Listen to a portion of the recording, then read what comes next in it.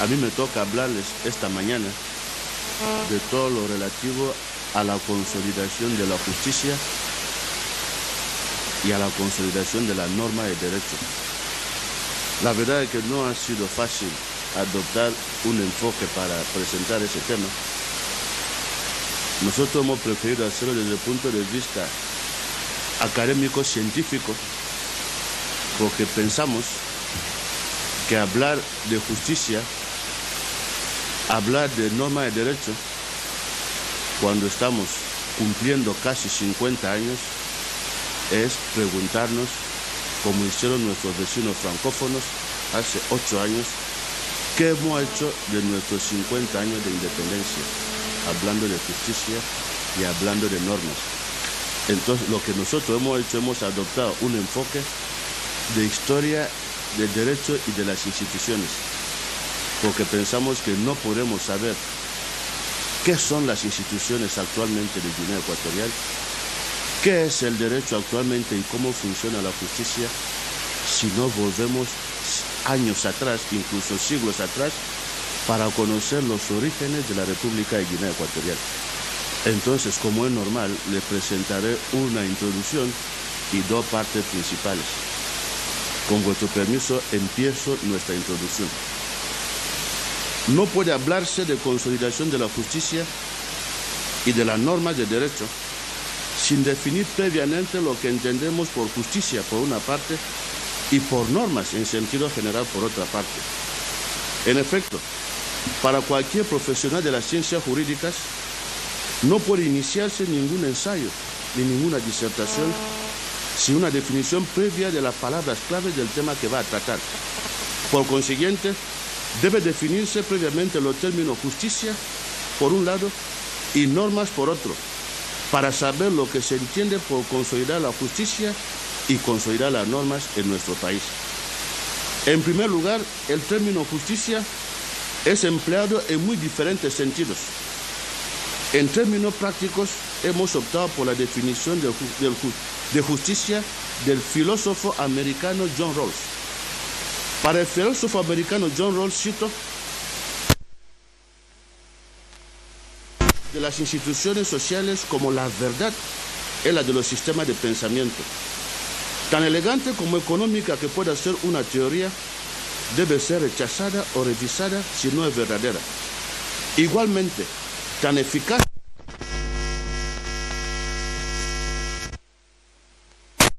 si son injustas. Cada persona posee una inviolabilidad basada que incluso en nombre del bienestar del conjunto de la sociedad no puede ser transgredida. Por ese motivo, la justicia prohíbe que la pérdida de libertad de algunos pueda ser justificada mediante la obtención por otros de mayor libertad. La justicia no admite que los sacrificios impuestos a un pequeño grupo puedan ser compensados aumentando la ventaja que goza la mayoría. Es por lo que una sociedad justa, la igualdad de los derechos cívicos y de las libertades para todos es considerada como definitiva. Los derechos garantizados por la justicia no están sujetos a un regateo político ni a cálculo de intereses sociales. La justicia es ante todo un sentimiento, un ideal común compartido. En este sentido, el derecho es un sinónimo de justicia. No se suele decir que ¿quién va a impartir justicia? Si la definición de justicia no causa gran problema, es mucho más difícil encontrar una definición unívoca del término norma. De forma general, las normas son las reglas de organización de las relaciones entre los miembros de una determinada comunidad. Existe pues una gran variedad de normas y citaremos algunas, pero no son todas.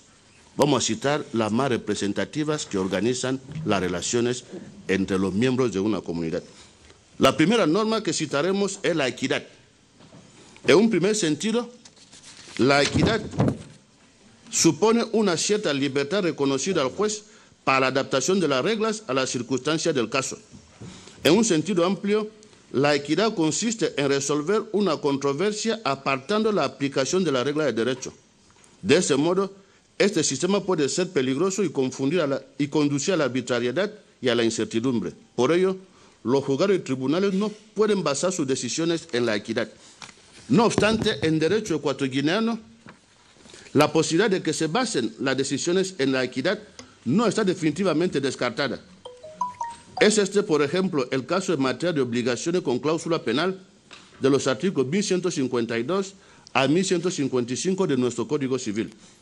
Vamos a citar el artículo 1154 del Código Civil, que dice que el juez puede modificar equitativamente la pena cuando la obligación principal hubiera sido en parte o irregularmente cumplida por el deudor.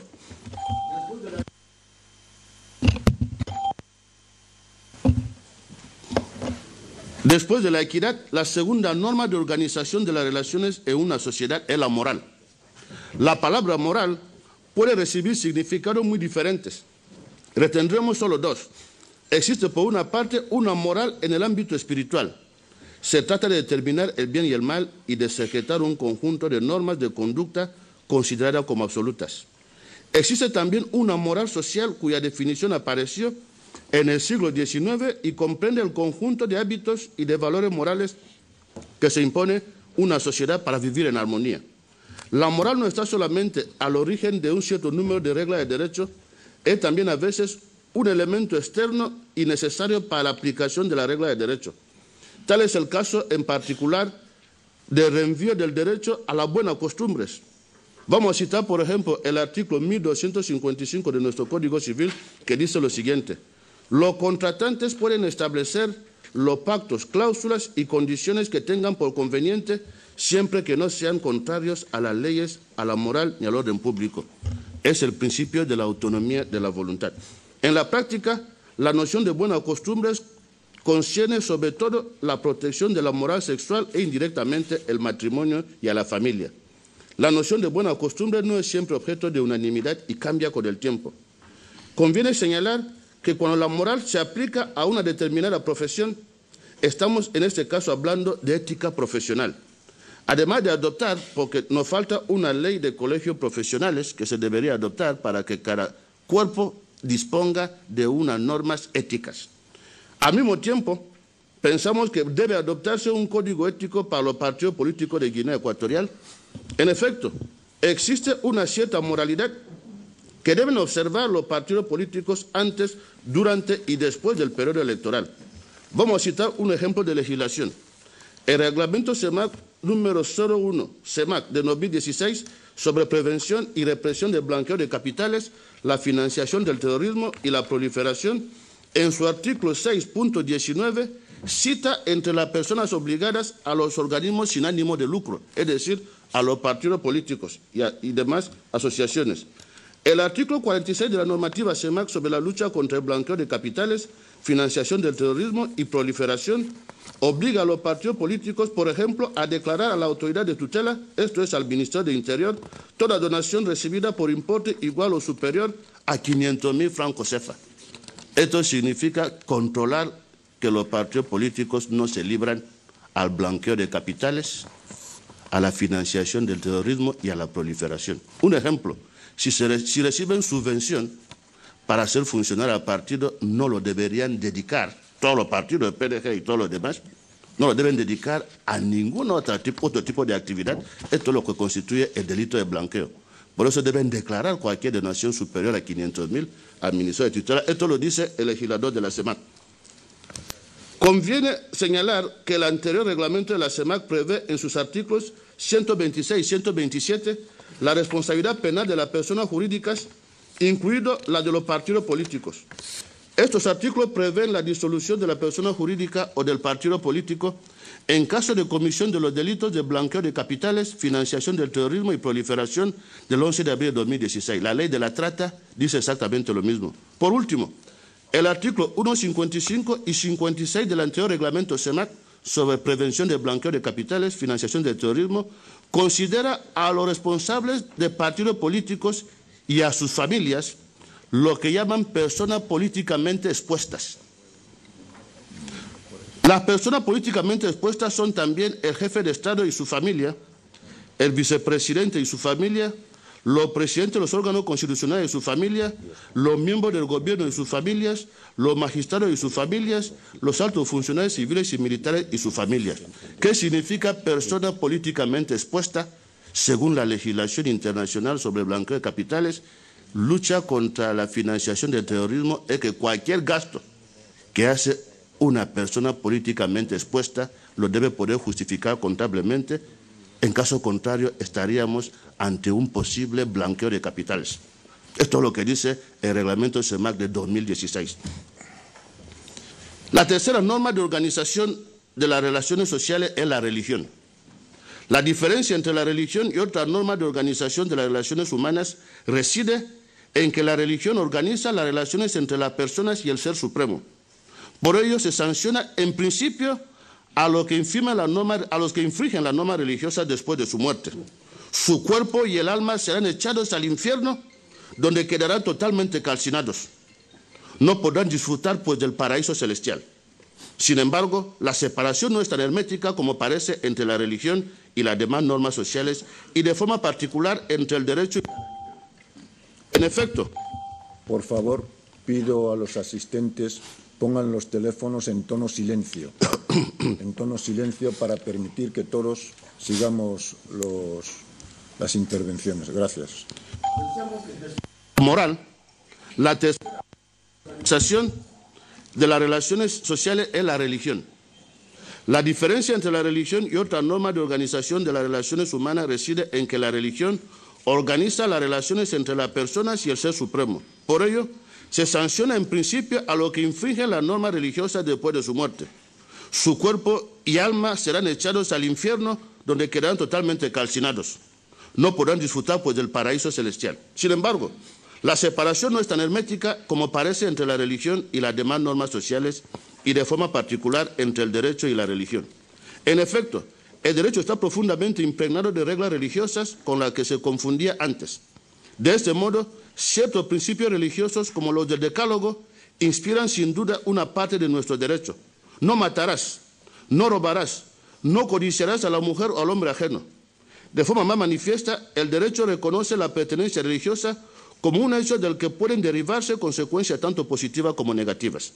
Puede citarse la punibilidad por el Código Penal de la discriminación por motivos religiosos, y durante bastante tiempo el matrimonio dependió del modelo religioso católico.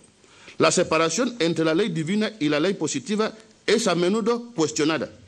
El Papa Juan Pablo II, encíclica Evangelium Vitae, sobre el valor y la inviolabilidad del cuerpo humano, se opuso durante su pontificado a ciertas reglas de derecho contrarias a la religión, pidiendo a los ciudadanos de forma general y a los médicos en particular no respetarlas porque son la negación misma del ser humano. Las siguientes normas de organización de relaciones sociales que deben mencionarse son los llamados comportamientos sociales. ¿Cómo nos comportamos a nivel social? Las siguientes normas de organización de las relaciones sociales que deben mencionarse son los comportamientos sociales, las reglas de decoro, de cortesía, de saber vivir.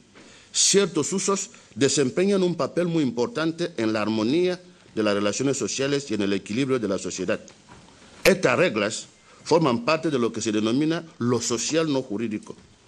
Estas reglas se caracterizan por ser anónimas, son creadas por todo el cuerpo social y nadie puede pretender dominar su evolución. O tempora, o mores, como decía Cicerón. Estas reglas se distinguen también por la ausencia de obligación social. No existe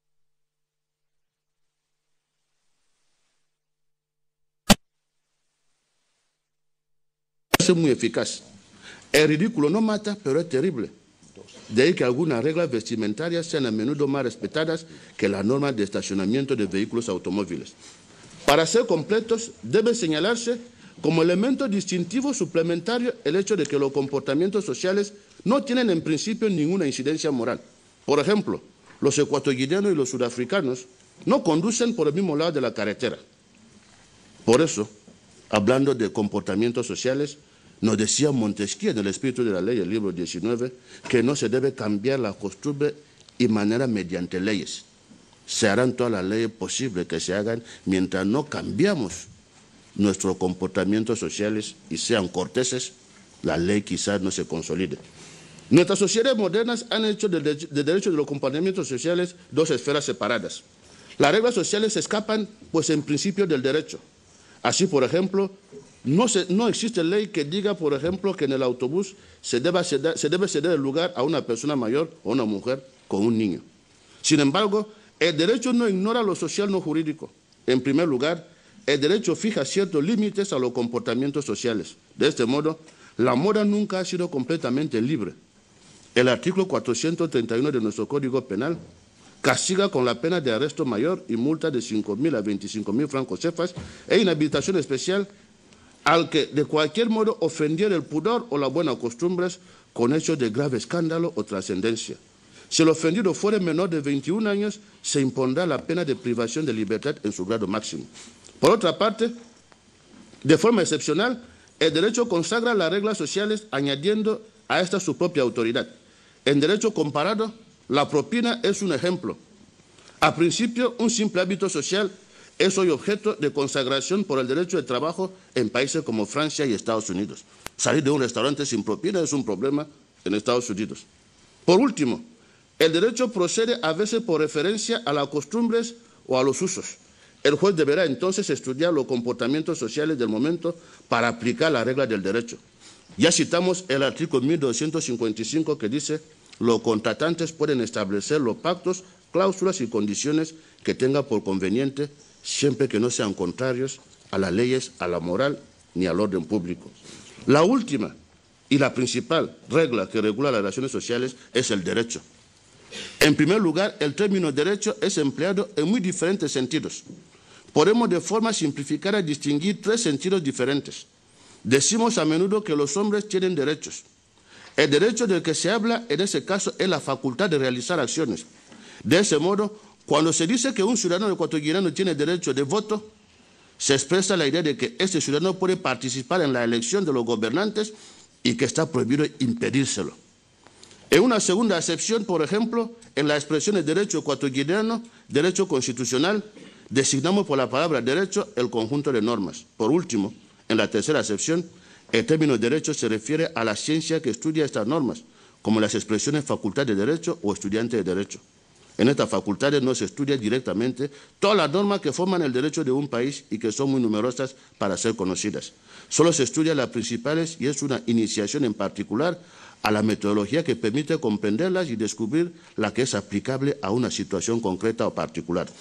Para que exista justicia en un Estado, debe medirse simplemente el nivel de respeto de la equidad, de la moral, de la ética profesional, de la religión, de los comportamientos sociales, lo social no jurídico y de la ley en el sentido formal del término. Ahora bien, ¿cuál es el nivel de respeto en el Estado ecuatoriano de las normas de la equidad, de la moral, de la ética profesional, de la religión, de los comportamientos sociales y de la ley en la organización de la sociedad? En realidad, solo en un Estado en el sentido sociológico puede existir un respeto alto de las normas de la equidad, de la moral, de la ética profesional, de la religión, los comportamientos sociales y la ley en sentido formal. Ahora bien, ¿qué es un Estado en el sentido sociológico del término? ¿Existe Estado en el sentido sociológico del término en la República de Guinea Ecuatorial? En efecto, solo un Estado en el sentido sociológico del término puede hablarse de consolidar la justicia y de consolidar las normas. Puede definirse el Estado en el sentido sociológico del término como la organización institucional del poder político que se ejerce sobre una comunidad social en un territorio determinado.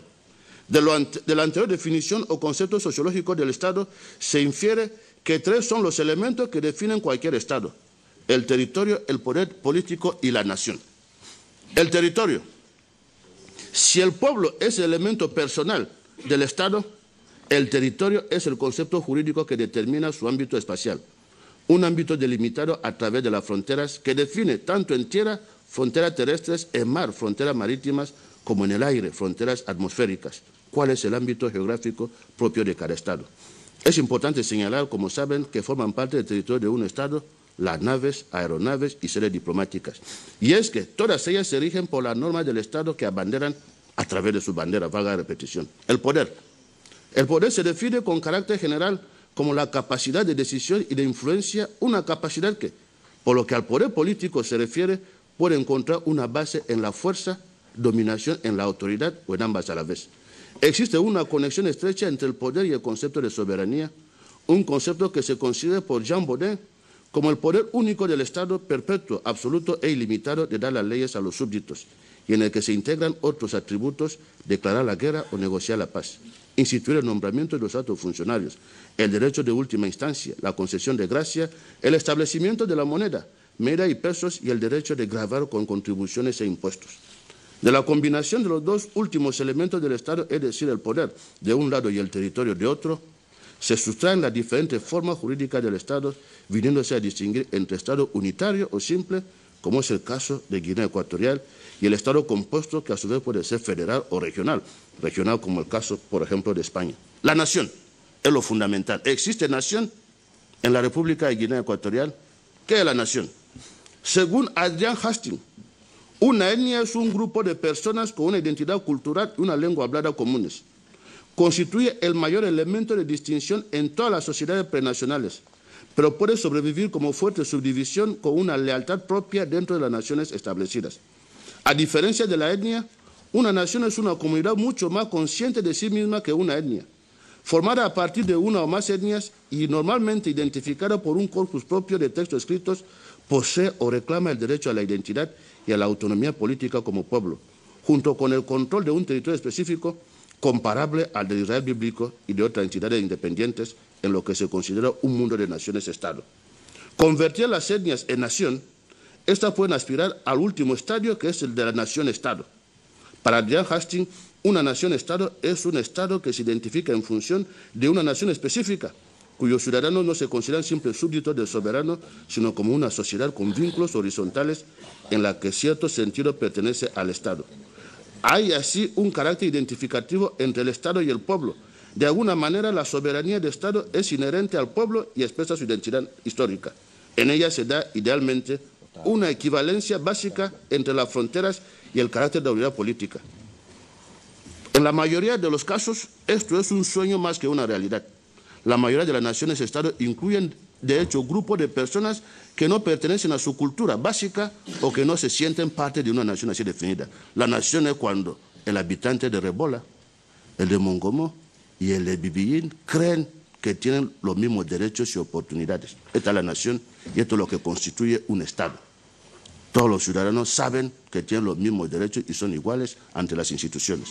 Entonces, si existe territorio, existe poder y existe nación, esta comunidad de destino de todos los habitantes de un país, el Estado es Estado en el sentido sociológico del término y no puede haber problema de aplicación de normas.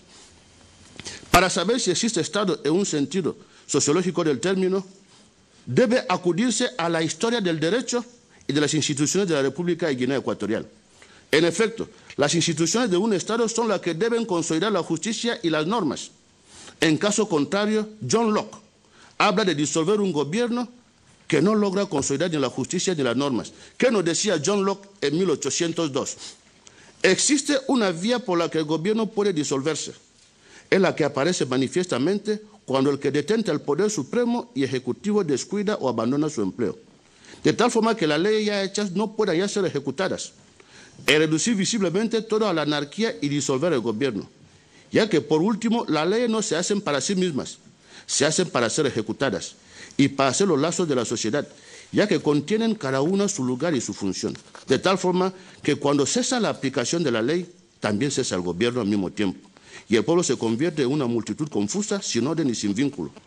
Cuando la justicia ya no es administrada, que por consiguiente los derechos de cada uno ya no están garantizados y que ya no existe ningún poder en la comunidad que cuide de la fuerza del Estado o que tenga la capacidad de satisfacer las necesidades del pueblo, entonces ya no existe gobierno.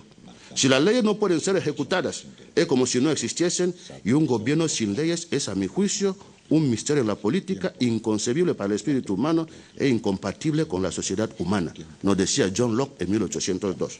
Los orígenes de la República de Guinea Ecuatorial se han caracterizado por la inexistencia de leyes y de una justicia en el sentido amplio del término que asegure la aplicación de las leyes en condiciones de igualdad y sin discriminación a todos los habitantes de los territorios que forman la actual República de Guinea Ecuatorial. Solo después del 3 de agosto de 79 se inicia el proceso de dotación al Estado de leyes y de una justicia en el sentido descrito por John Locke. Sin embargo, pese a los esfuerzos y a la voluntad del gobierno después del 3 de agosto de 79, de dotar al Estado ecuatoguineano de leyes e instituciones encargadas de la aplicación de la ley, queda mucho camino por recorrer, ya que la falta de elemento nación sigue dificultando los loables esfuerzos hasta ahora realizados por el gobierno desde la histórica fecha del 3 de agosto de 79.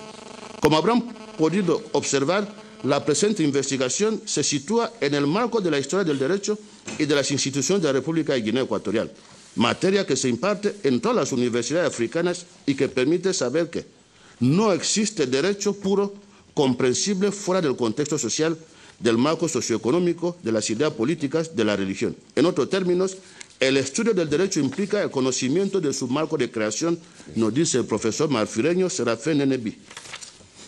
El estudio histórico de las instituciones políticas y sociales de la República de Guinea Ecuatorial no tiene como principal objetivo satisfacer una curiosidad de erudito. Al contrario, presenta un doble interés para el jurista ecuatoguineano. En primer lugar, saber cómo aparecieron poco a poco los conceptos y los marcos institucionales que existen en la actual Guinea Ecuatorial. Cada uno de los periodos de la historia de nuestro país ha creado instituciones y leyes para hacer reinar el orden, administrar la justicia, determinar la forma de los actos jurídicos privados. Cada periodo lo hizo según sus diferentes modalidades con más o menos éxito. El segundo interés del enfoque histórico es que permite comparar las instituciones, la práctica y las leyes entre el periodo colonial y poscolonial. Esta comparación permite descubrir los vínculos que existen entre un periodo y el otro. La comparación invita a reflexionar sobre el funcionamiento de las actuales instituciones y leyes ecuatoguineanas, ya que estas son descendientes directos de las instituciones y leyes coloniales. Como se habrá podido constatar de lo que antecede, el plan de nuestra disertación girará en torno a dos grandes principales. Hablaremos en una primera parte del régimen colonial como un periodo de violencia, desolación y miseria, y la segunda parte estará consagrada a la justicia y a los derechos humanos después de la accesión a la independencia, terminada la cual mi compañero Mbancham hablará del género, de los menores y de los mayores. Vamos a empezar con la primera parte para hablar del régimen colonial como periodo de violencia, desolación y miseria. El actual Estado ecuatoguineano pasó por 5 etapas previas antes de conseguir su independencia de España. La primera fueron los enclaves extractivos, después la compañía concesionarias, siguió la colonia, la provincia y la autonomía. Al hacer la provincia y la autonomía una forma de colonia, pueden agruparse las 5 etapas en 2. Los enclaves extractivos y la colonia. Porque la misma colonia, al igual que un camaleón, se transformó primero en provincia y después en una autonomía. No puede comprenderse la problemática de la consolidación de la justicia y de las normas en el actual Estado ecuatoguineano sin una rápida presentación de lo que fueron el enclave extractivo y la colonia. Vamos a hablar rápidamente del enclave extractivo y la colonia, donde lo que imperó fue la política de la separación, de la violencia y de la injusticia. El enclave extractivo coincide con los primeros contactos de los europeos con África. Los estados actuales africanos empezaron siendo enclaves extractivos. Este periodo coincidió con la instalación de las primeras factorías europeas en la costa atlántica africana para la realización de las transacciones comerciales con los africanos. Estos enclaves extractivos cederían rápidamente el paso a la compañía concesionarias. Como ustedes saben, antes de que seamos estados, fuimos empresas-estados. Después de los enclaves extractivos fueron empresas europeas las que administraron los territorios. Después pasamos a la colonia. Entonces vamos a ver qué es lo que se entiende por enclave extractivo y cuáles fueron las compañías concesionarias en la historia de la República de Guinea Ecuatorial. Los enclaves extractivos son las descendientes de la compañía de trata. Solo después se convirtieron en compañías concesionarias. De la compañía de trata a los enclaves extractivos. Después de la compañía de trata aparecieron los primeros enclaves europeos en África. Esta época se caracterizó por el desinterés de España por la actividad de sus comerciantes. Según el profesor Bediner John Igwe, el origen de la vieja compañía de trata remonta al siglo XVI. Más precisamente, de la relación con los portugueses entre 1571 y 1580, que desembocó en la aparición de los primeros enclaves europeos a lo largo de la costa occidental africana y el inicio de la trata de esclavos.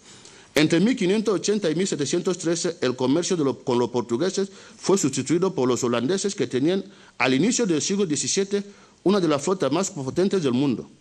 para la explotación de la costa africana constituyeron compañías concesionarias exclusivamente activas en el comercio de la malagueta, que era una especie de pimienta, y de marfil, y practicaban subsidiariamente la trata de esclavos. Los holandeses fueron suplantados a la vez por los ingleses y los franceses a partir del siglo XVIII.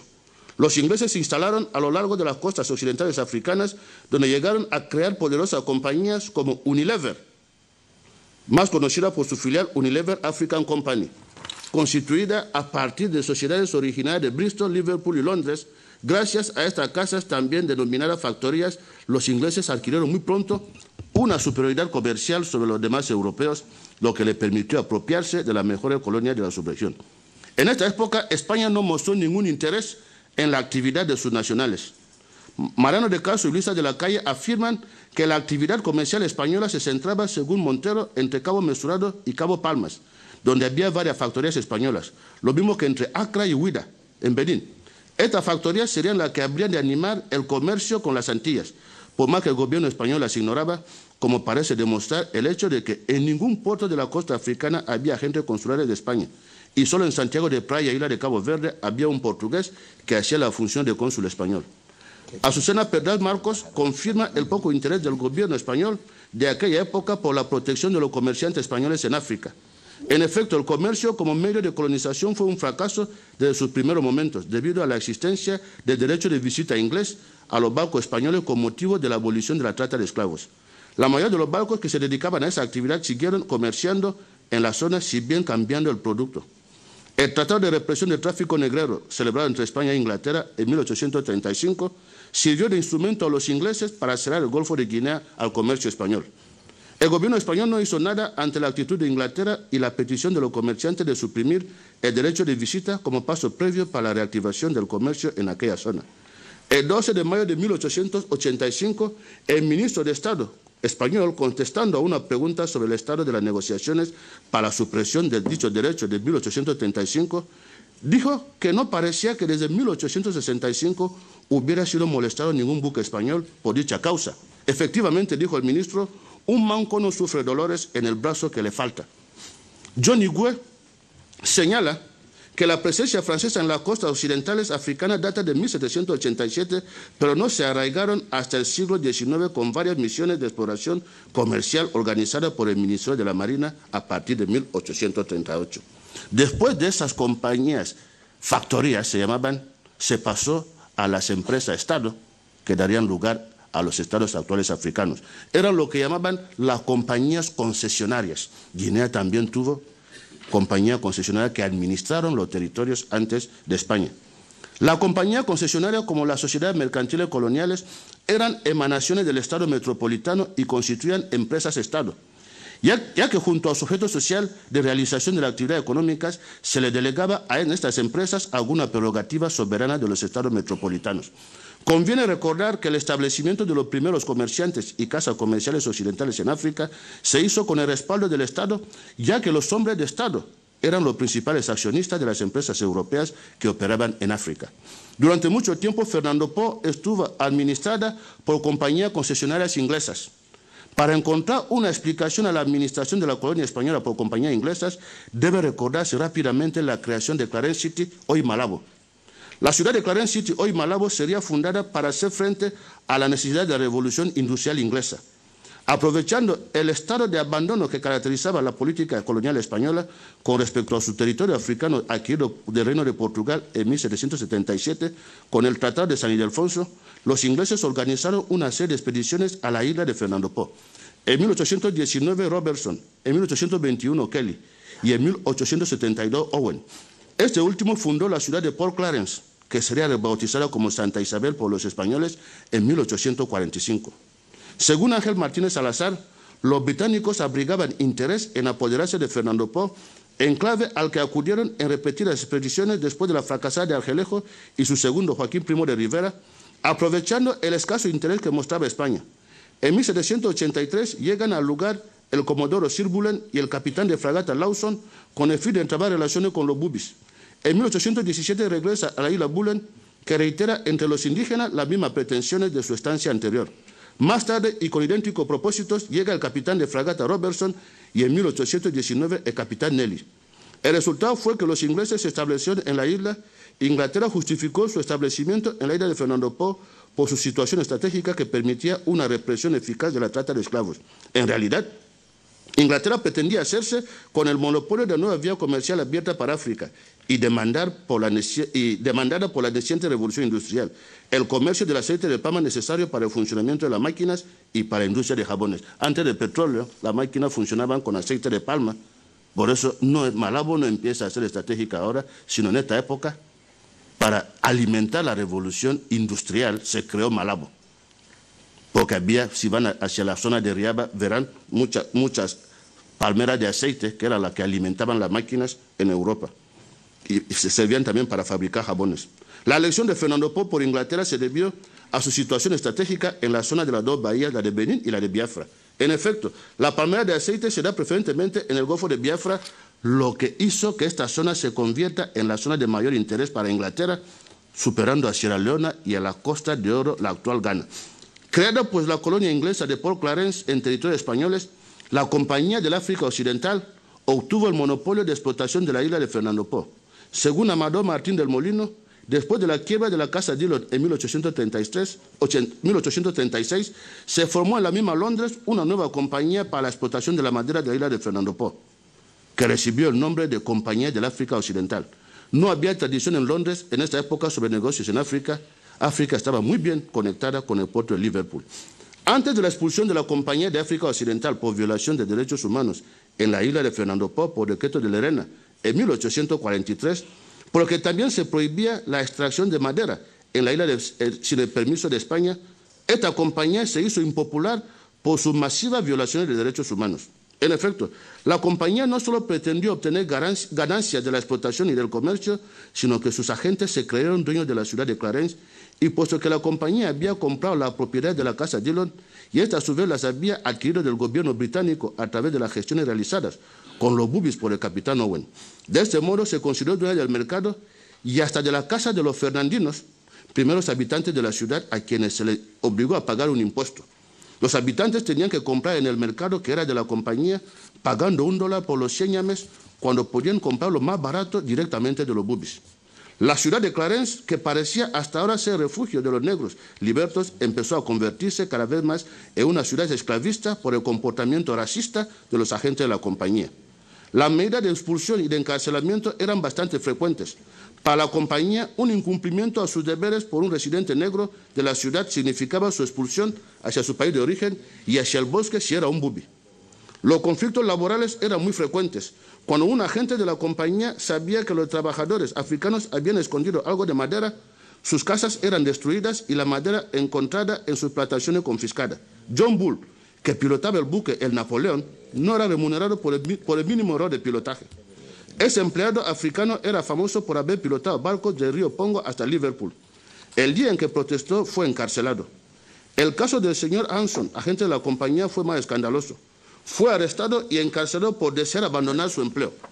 Lo mismo ocurrió con Thomas Bull, que fue apaleado hasta la muerte por agente de la compañía. Ante el comportamiento escandaloso de los agentes de la compañía, la comunidad negra de la ciudad de Clarence se organizó para convocar huelgas y elevar sus protestas al gobierno inglés por los comportamientos racistas de los agentes de la compañía.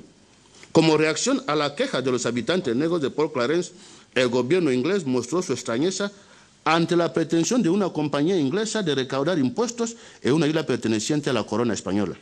La compañía abandonará finalmente Fernando Po después del decreto de Lerena de 1843 que prohibía la extracción de madera en la isla de Fernando Po sin la autorización de España. Los bienes de la compañía fueron comprados por la Misión Bautista. En efecto, por convenio de fecha 13 de junio de 1843 entre la compañía y la Misión Bautista, contra remuneración de 1.500 libras esterlinas, todas las factorías, plantaciones y establecimientos del lugar, conocido y denominado Clarence, de la isla de Fernando Po, fueron reconocidos como propiedad de William Brode Gervais y sus herederos, incluidos casas, factorías, cabañas, tiendas, jardines, terrenos que se encontraban cerca de la factoría o establecimientos de la propiedad de la compañía. En realidad, lo que caracterizó a la compañía concesionarias fue el saqueo de los recursos naturales y humanos de África. Dotado de inmensos poderes, Estos estados virtuales se limitaron a extraer la riqueza del suelo y subsuelo africano, sin la menor preocupación por el desarrollo institucional, económico, social y cultural de los territorios y poblaciones explotados. Pese a los saqueos y abusos de las compañías concesionarias, se elevaron voces en España para la creación de una compañía concesionaria en los territorios españoles del Golfo de Guinea. Según Gustavo Nerín, la ley de presupuestos de 1902 y los presupuestos de 1906 contemplaban la posibilidad de ceder el territorio a una compañía. En 1914, el ministro de Estado, Marqués de Lema, recomendó para el MUNI un régimen de cautela económica para evitar riesgos. Se declaró partidario de arrendar parcialmente el territorio a sociedades o empresas particulares. Muchas fueron en realidad las iniciativas en España de creación de compañías coloniales para la explotación de Guinea. El explorador de Almonte, tras volver de la expedición de la Comisión de Límites de 1901, empezó a defender la creación de una gran compañía. Para él no bastaba con la cesión del MUNI a una empresa, sino que se le debía ceder también Fernando Po para que no le faltaran braceros a la parte insular. De Almonte colaboró con algunos empresarios que quisieron apoderarse del MUNI y constituyó una compañía con el apoyo de la compañía británica John Hall, el geógrafo Bernard de Rospide y el general Valeriano Weyler, quien patrocinaba la iniciativa. Más tarde, de Almonte y sus socios reducirían sus peticiones y solicitarían solo 600 kilómetros cuadrados.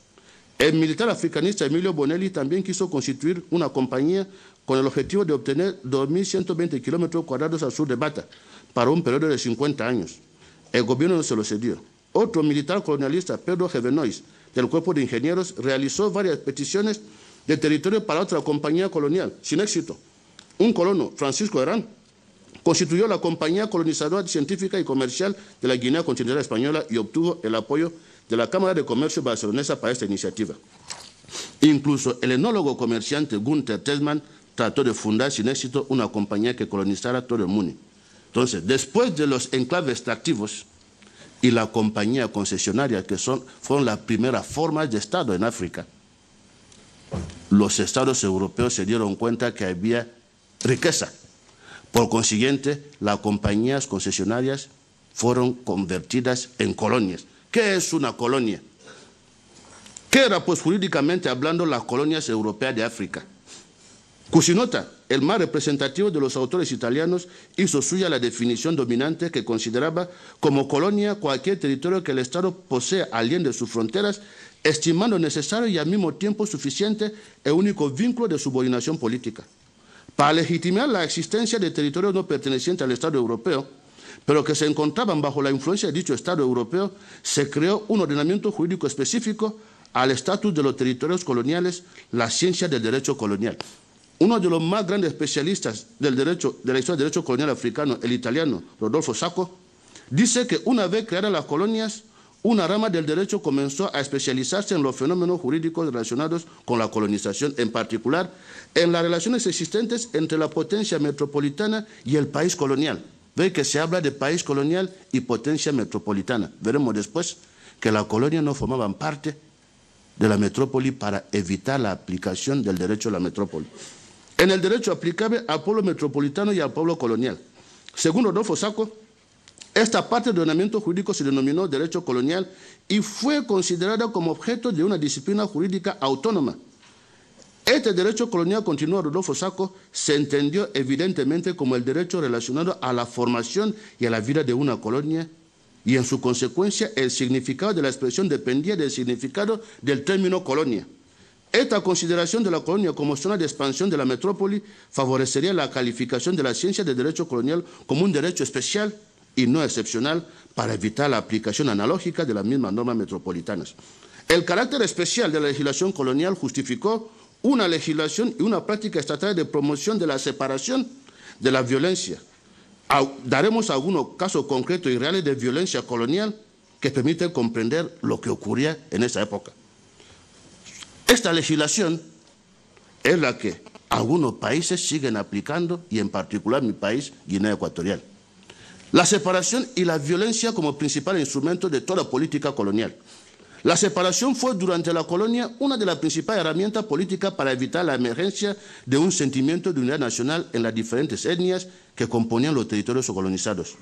A la política de divide y vencerás del colonizador se añadió la descontrolada y brutal violencia ejercida contra los africanos. La Guinea española no conoció ningún intento por el colonizador español de fomentar la construcción de una identidad nacional para las etnias que habían quedado atrapadas en el exiguo territorio colonial cedido a España por las demás potencias coloniales. En efecto, ante la exigencia de la mayoría FAN con respecto a la concesión de la independencia de la Guinea española, la etnia mayoritaria en Fernando Poo, los Bubis, fueron asesorados por los colonos españoles para que solicitaran la adhesión de la isla de Fernando Poo a España o como mínimo la independencia separada de los dos territorios españoles del Golfo de Guinea. En realidad, esta petición de independencia unitaria de Fernando Poo ocultaba los designios de los líderes de Fernando Poo que no deseaban que se corte el cordón umbilical que les unía a España. Según Alicia Campos Serrano, en la segunda fase de la Conferencia Constitucional Preparatoria de la Independencia de Guinea Ecuatorial, perviviría la escisión entre los partidarios de la separación de Fernando Poo y los nacionalistas unitaristas. La tajante manifestación de Naciones Unidas a favor de la unidad del territorio haría que los separatistas mostraran cierto rechazo respecto al discurso de la libre determinación. Preferían, según Alicia Campos Serrano, los naturales de Fernando Poo, ser cola de león en vez de cabeza de ratón. A la política de separación y de evitación del surgimiento de una voluntad de creación de un sentimiento nacional que agrupara a las etnias encerradas en los territorios coloniales, se añadió la violencia brutal y generalizada contra cualquier intento de manifestación pacífica contra el orden injusto y arbitrario colonial. La realidad del mundo colonial, en su dimensión humana y psicológica, fue perfectamente descrita en esos términos por Frantz Fanon. El mundo colonial, cito, es un mundo compartimentado. Sin duda, es superfluo en el plano descriptivo recordar la existencia de ciudades indígenas y de ciudades europeas, de escuelas para indígenas y de escuelas para europeos, como es superfluo recordar el apartheid en Sudáfrica. No obstante, si penetramos en la intimidad de esta compartimentación, tendremos al menos el beneficio de poner en evidencia algunas de las líneas motrices que comporta. El mundo colonizado es un mundo cortado en dos.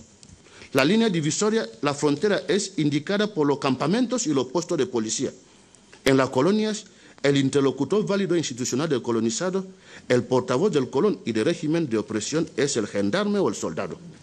En las regiones coloniales, el gendarme y el soldado, por su presencia inmediata, sus intervenciones directas y frecuentes, mantienen el contacto con el colonizado y le aconsejan al golpe de porra y de napalm no moverse.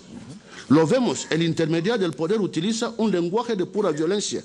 El intermediario no aligera la opresión, no oculta la dominación, las expone, la manifiesta con la buena conciencia de la fuerza del orden. El intermediario lleva la violencia a las casas y al cerebro del colonizado,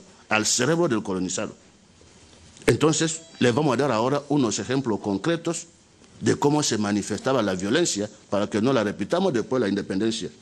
Los casos reales de violencia en la colonia, voy a citar algunos casos. Hay un libro publicado en 2014 por Fernando Bayano Gonzalo, aquel negrito de África tropical, donde nos narra en la página 13 del diario, en la página 13 del diario barcelonés El Diluvio, del viernes 17 de marzo de 1933, se publicó una carta de un indígena de apellido alemán, Gustavo von der Mens, de 10 de enero de 1933, quien bajo el titular Habla un indígena de la Guinea Española, denuncia todos los crímenes ocurridos en la colonización. ¿Qué nos dice Gustavo von der Mens? Nos dice, por ejemplo, que en Bata, en el poblado de los indígenas, por la noche, mientras bailaban los mismos celebrando las fiestas acostumbradas de las Pascuas, se presentaron varios europeos totalmente borrachos, empezando por repartir paliza, empellones, dice, bofetadas, etc. Descompuestos, tratando inclusive de llevarse mujeres, llegando al tal grado los abusos de dichos señores que un indígena saca daga y arremete contra uno y le hiere. Aprovechando la confusión que había, en la misma noche fue capturado el agresor y sin que pudiera defenderse y ser oído, le han condenado a varios meses de prisión. El europeo está bien curado y absuelto de todo el asunto. Pregunta a los indígenas, ¿por qué no tiene este europeo algún castigo público? ¿El código español es solo para los indígenas? Otro blanco, empleado en la vía de la calle de Bata, arremete a los pobres braceros en plena vía pública dando palos a diestra y siniestra. En vista de eso, los braceros le han dado una tanda de bofetadas con magullamiento de un brazo y, según dicen, la herida presenta síntomas de gangrena. En el río Utonde, otro blanco ha tirado a un bracero palmo al agua y el bracero ha muerto. El cadáver ha podido ser recogido y en el hospital le han hecho autopsia. Porque otro bracero no pudo auxiliarle por no saber nadar, le han castigado con varios meses de presidio. Vuelvo a preguntar, ¿y al señor Blanco qué le han hecho? Nada, está tranquilo y aún sigue diciendo que los negros son monos y la República viene a matar a los negros, pues a los negros hay que matarlos. En estos momentos, el referido europeo que trabaja en la vía pública y que es un capataz del municipio, lleva una pistola en el bolsillo y va diciendo a los indígenas: el que no trabaje bien y le pegue y se arremeta contra mí, le mato. Comentarios hechos, los indígenas piden que este señor capataz europeo sea destituido y que vaya a España a ejercer su profesión de anarquista. En otra parte de la carta, dice Gustavo Vommers, se centra en pasar revista a otros crímenes. ¿Qué dice? Primero, en el Obey, el cabo de mar José Zapata, creyendo haber matado a la morena llamada Begue, a la que había pegado 2 tiros, se suicida. En el Obey, el inglés James Young mata al indígena con Boñondo.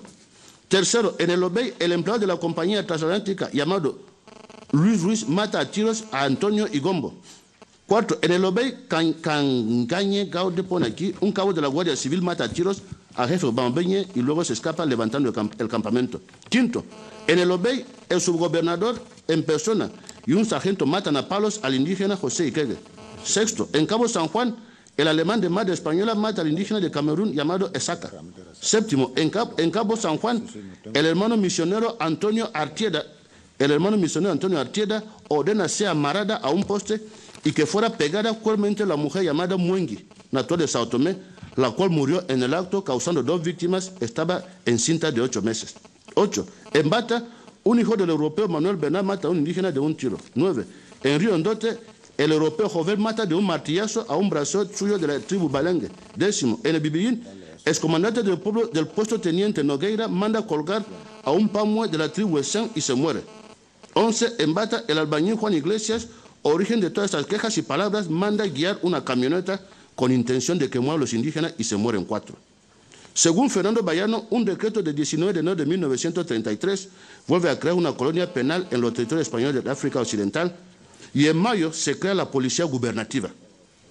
Los jefes de poblado, de barrio rural o de grupo indígena, así como los guardias de fincas, tenían la consideración de auxiliares de la policía gubernativa. Para evitar la corrupción, los policías tenían derecho al 25% del importe de las multas, con lo cual se oficializaba esta. El cuerpo de la policía de la Guinea Española, decía el texto, tendrá derecho a percibir el 25% del importe de las multas que se impongan gubernativamente en virtud de sus denuncias.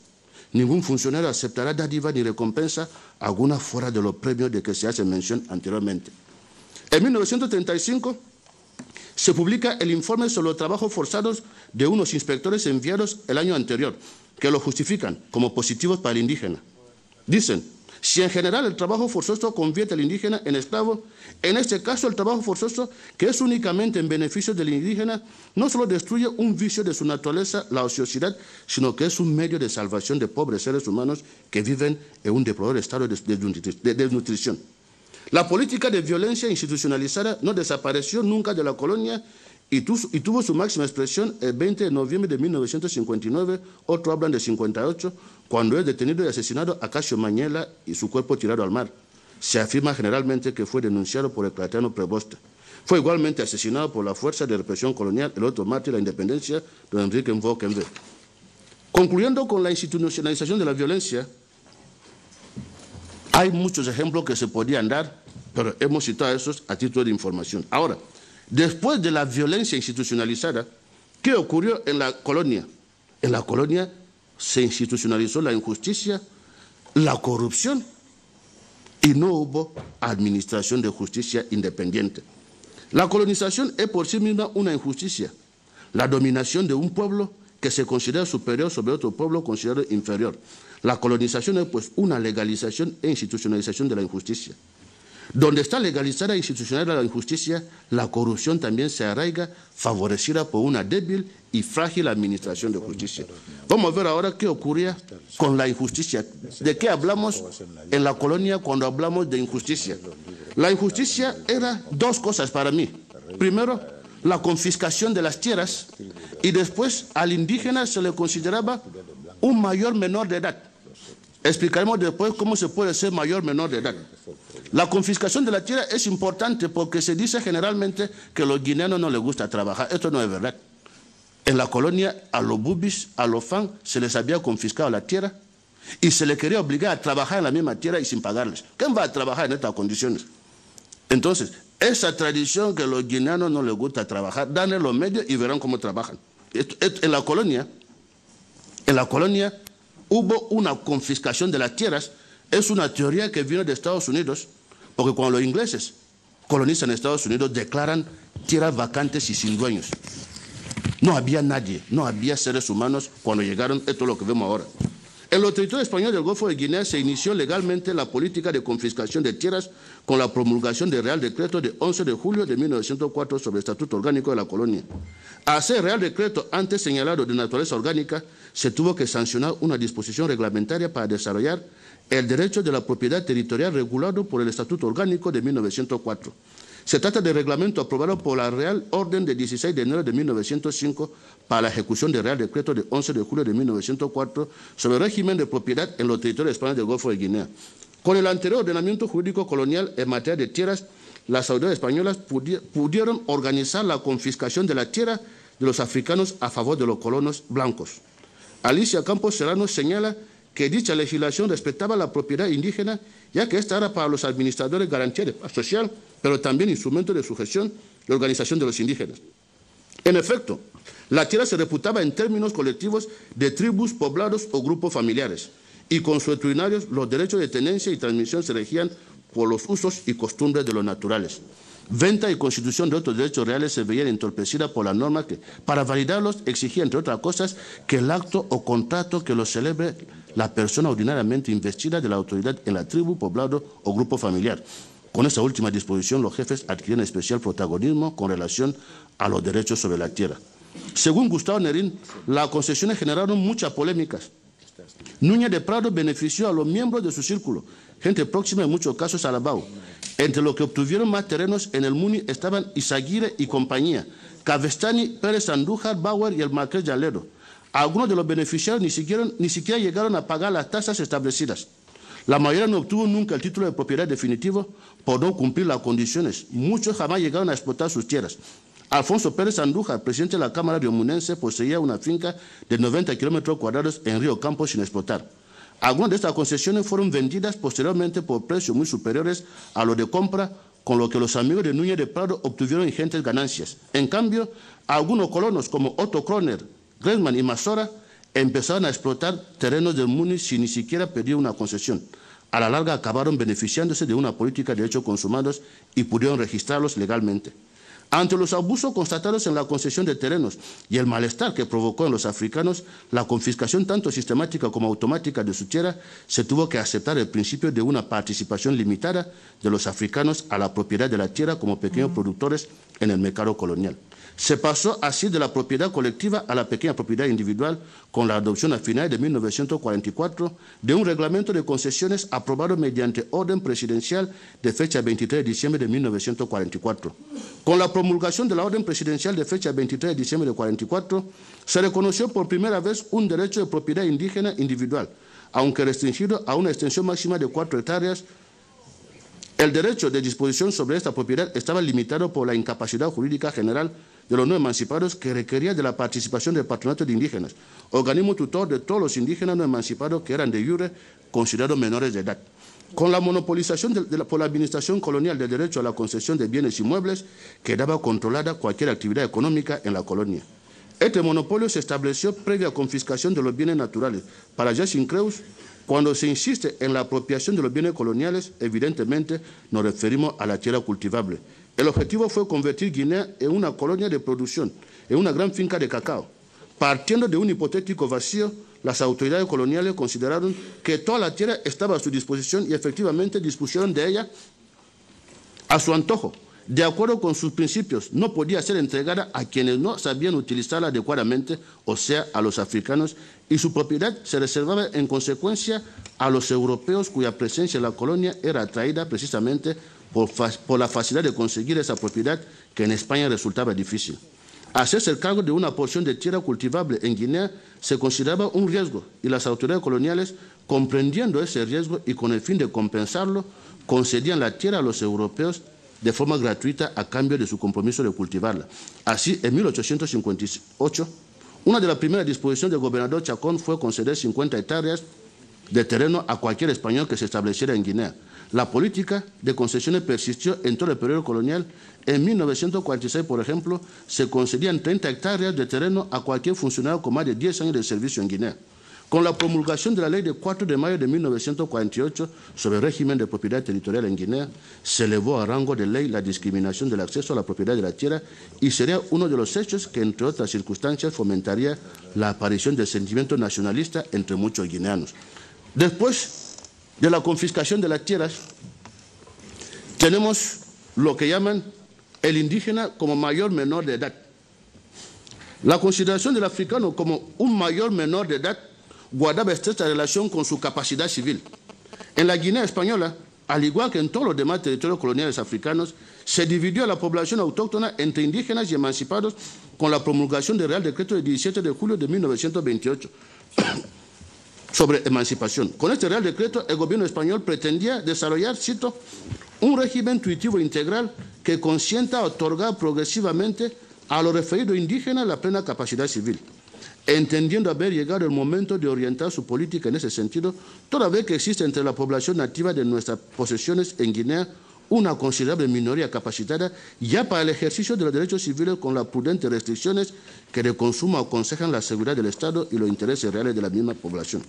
Para ello, deben suprimirse en principio general las limitaciones legales que coartan la personalidad de dichos indígenas y declararlos, en su caso, emancipados con el otorgamiento de la correspondiente Carta de Emancipación como título de su nuevo Estado de ciudadano. Con el Real Decreto del 17 de julio de 1928 sobre emancipación, se logra conocer legalmente a los indígenas con capacidad civil, deduciéndola de la situación de emancipados, ya que, según dicho texto legal, los indígenas de los territorios españoles del Golfo de Guinea que revelen de un modo notorio, por el estado de su cultura intelectual y moral, hallarse en condiciones de regir por sí mismos sus personas y bienes, podrán ser emancipados y obtener en su virtud la correspondiente Carta de Emancipación. El mismo 17 de julio de 1928 se sancionó otro Real Decreto por el que se aprobaba el Estatuto del Patronato de Indígenas que reforzaba la disposición en materia de emancipación. En efecto, en el apartado C del artículo 1 de dicho Real Decreto se facultaba al Patronato de Indígenas acordar las emancipaciones de aquellos indígenas capacitados para regir por sí mismos sus personas y bienes. El gobernador Barrera, basándose en premisas paternalistas, creía que los negros eran verdaderos niños grandes que tratándole con cariño se hace de ellos lo que se quiere. Aseguraba que el indígena en medio de su salvajismo es un niño y precisamente por lo inadecuado hay que educarles inspirándoles confianza en nosotros y en nuestra fuerza por la cual se necesita ser muy justo. Minimizaba la resistencia a la colonización argumentando que las poblaciones del interior, si ven que el soldado que les atropella se le corrige por sus oficiales, llegarán a tener confianza en nosotros y de nada valdrán las excitaciones que puedan hacerles personas extrañas. Con la promulgación del decreto del 10 de noviembre de 1938 que organizaba la justicia indígena, se excluía de entre los justiciables a los indígenas en quienes concurra la condición legal de emancipados. La capacidad civil de los indígenas emancipados fue confirmada por la ley de 22 de diciembre de 1939 sobre el Estatuto de la Justicia Europea. En su artículo 15 se declaraban justiciables de la justicia europea a los indígenas emancipados. Vamos a ver posteriormente, vamos a comparar, señores legisladores, compararemos eso, el decreto de 38 sobre justicia indígena y la ley de justicia europea de la colonia con nuestra actual ley orgánica del Poder Judicial y veremos que hay disposiciones de la época que están en muchas de nuestras leyes todavía. La capacidad civil de los indígenas de los territorios españoles del Golfo de Guinea conocería una nueva evolución en el año 1944 con la promulgación de la ley de 30 de diciembre de 1944 publicada en el Boletín Oficial el 2 de enero de 1945 sobre reforma del régimen de la capacidad civil indígena. La lectura de su preámbulo es elocuente. ¿Qué dice? La constante acción civilizadora de nuestra patria sobre los indígenas de los territorios españoles del Golfo de Guinea determina en estos un progresivo acercamiento a nuestras concepciones civiles, que es preciso recoger y una diferente capacitación para nuestra vida social.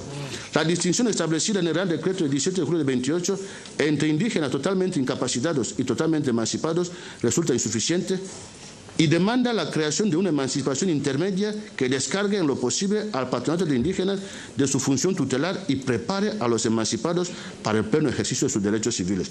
En relación con los peligros de esa emancipación limitada y como reforzamiento, además de la norma protectora de los nativos, merced a privilegios que eliminen toda superioridad de los europeos en las relaciones judiciales o extrajudiciales de carácter patrimonial, con los indígenas no emancipados plenamente se encuentran las demás medidas que ahora se adoptan. A partir del año 1945 se crean dos clases de emancipación para los indígenas, la emancipación plena y la emancipación limitada. Los demás indígenas se regían por las disposiciones coloniales que expresamente se establecían por sus costumbres respectivas en cuanto se probaban debidamente y no eran contrarias a las disposiciones coloniales ni a los postulados básicos del derecho natural y de la moral, y en su defecto por los principios generales de derecho. En relación a la consideración de los africanos mayores menores de edad, debe citarse un estudio realizado por los señores Vicente Beato y Ramón Villarino, dos médicos coloniales, hacia 1944. Es un estudio que se llama La capacidad mental del guineano.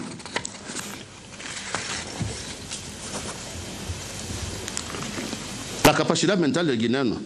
¿Qué dice el estudio sobre la capacidad mental del guineano?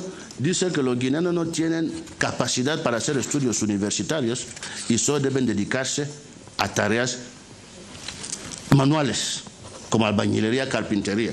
Entonces, dicho esto, todo lo que hemos visto, ese régimen de injusticia, es el que permitió que la colonia se caracterizó por excesiva corrupción.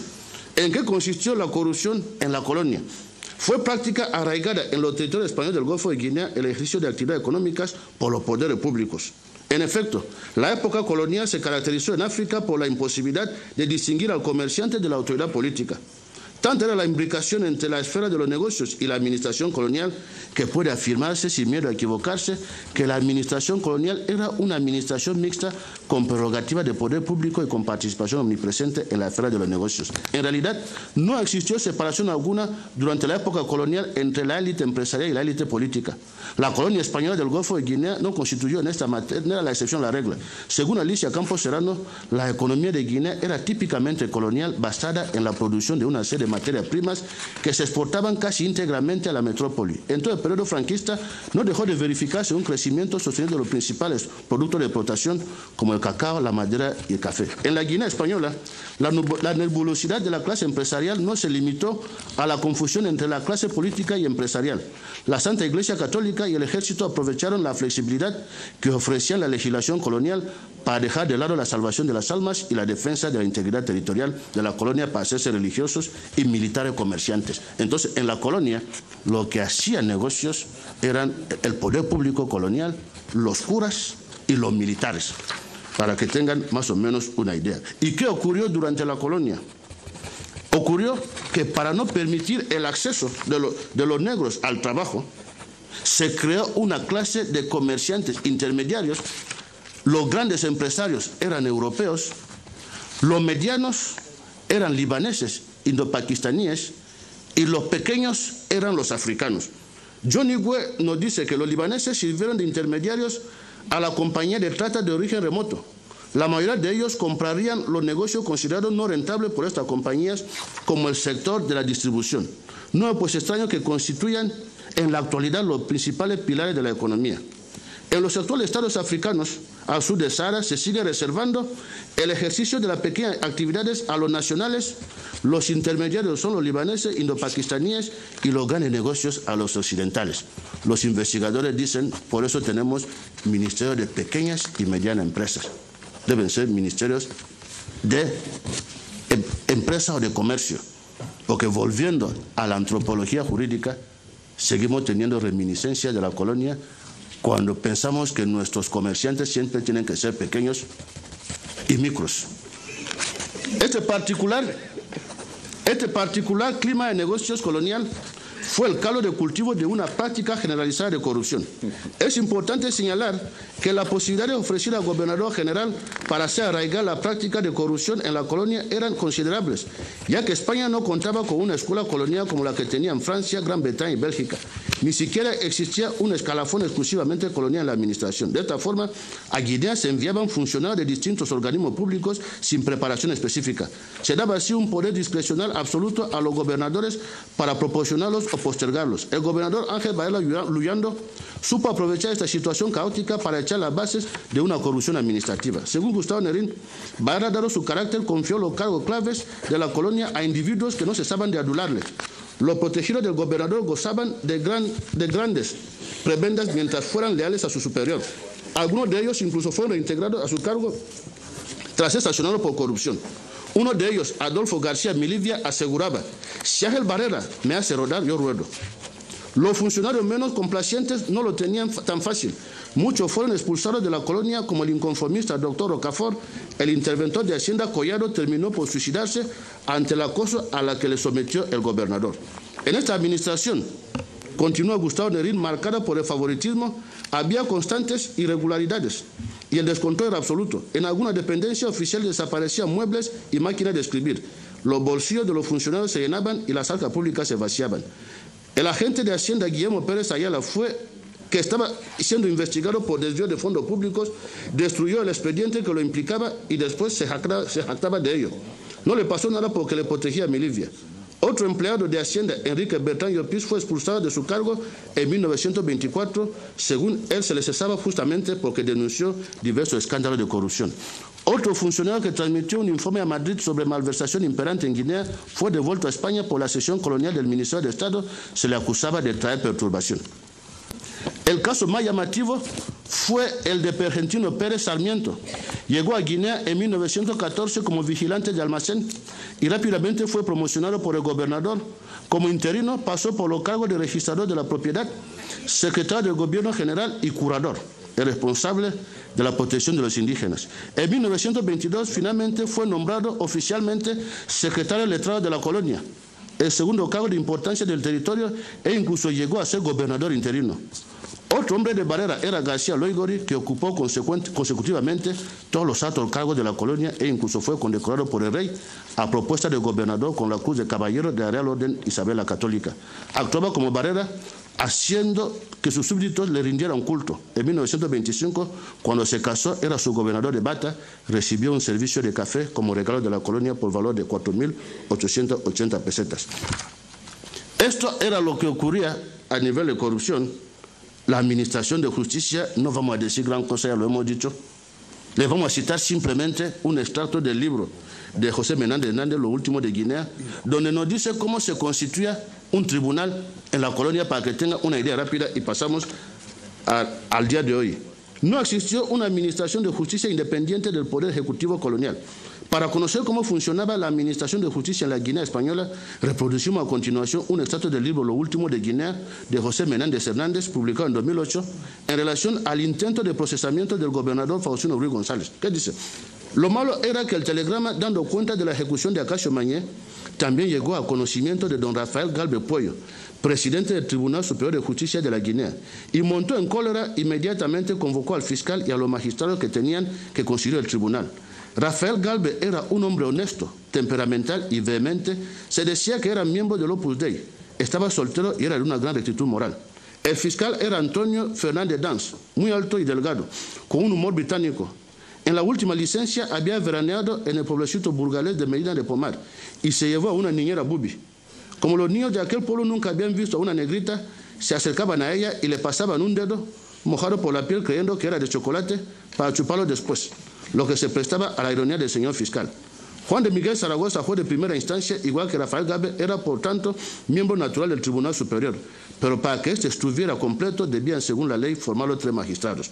Para los casos en que no hubiera suficientes jueces de carrera, el propio legislador había dispuesto que podía completarse el órgano jurisdiccional con magistrados suplentes, y en tal condición se incluían al notario y el registrador de la propiedad, dice el señor Menéndez. No existían pues incompatibilidades en la época colonial.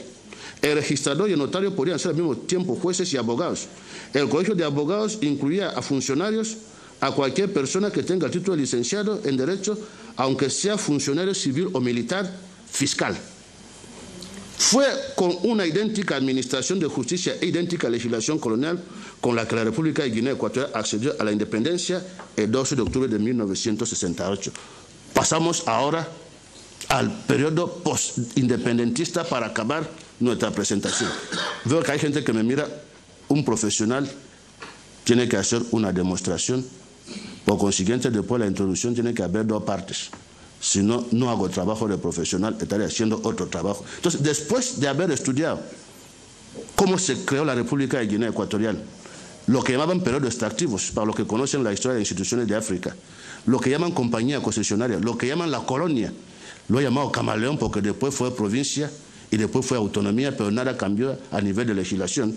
Pasamos ahora, ¿qué ocurre después de la independencia? Sabiendo que la legislación colonial era injusta, sembrada de corrupción, es la que no teníamos más remedio, tuvimos que aceptar cuando llegamos a la independencia. Entonces, ahora vamos a ver qué ha sido después de la colonia, la independencia, qué ha sido de nuestro país hasta la fecha de hoy.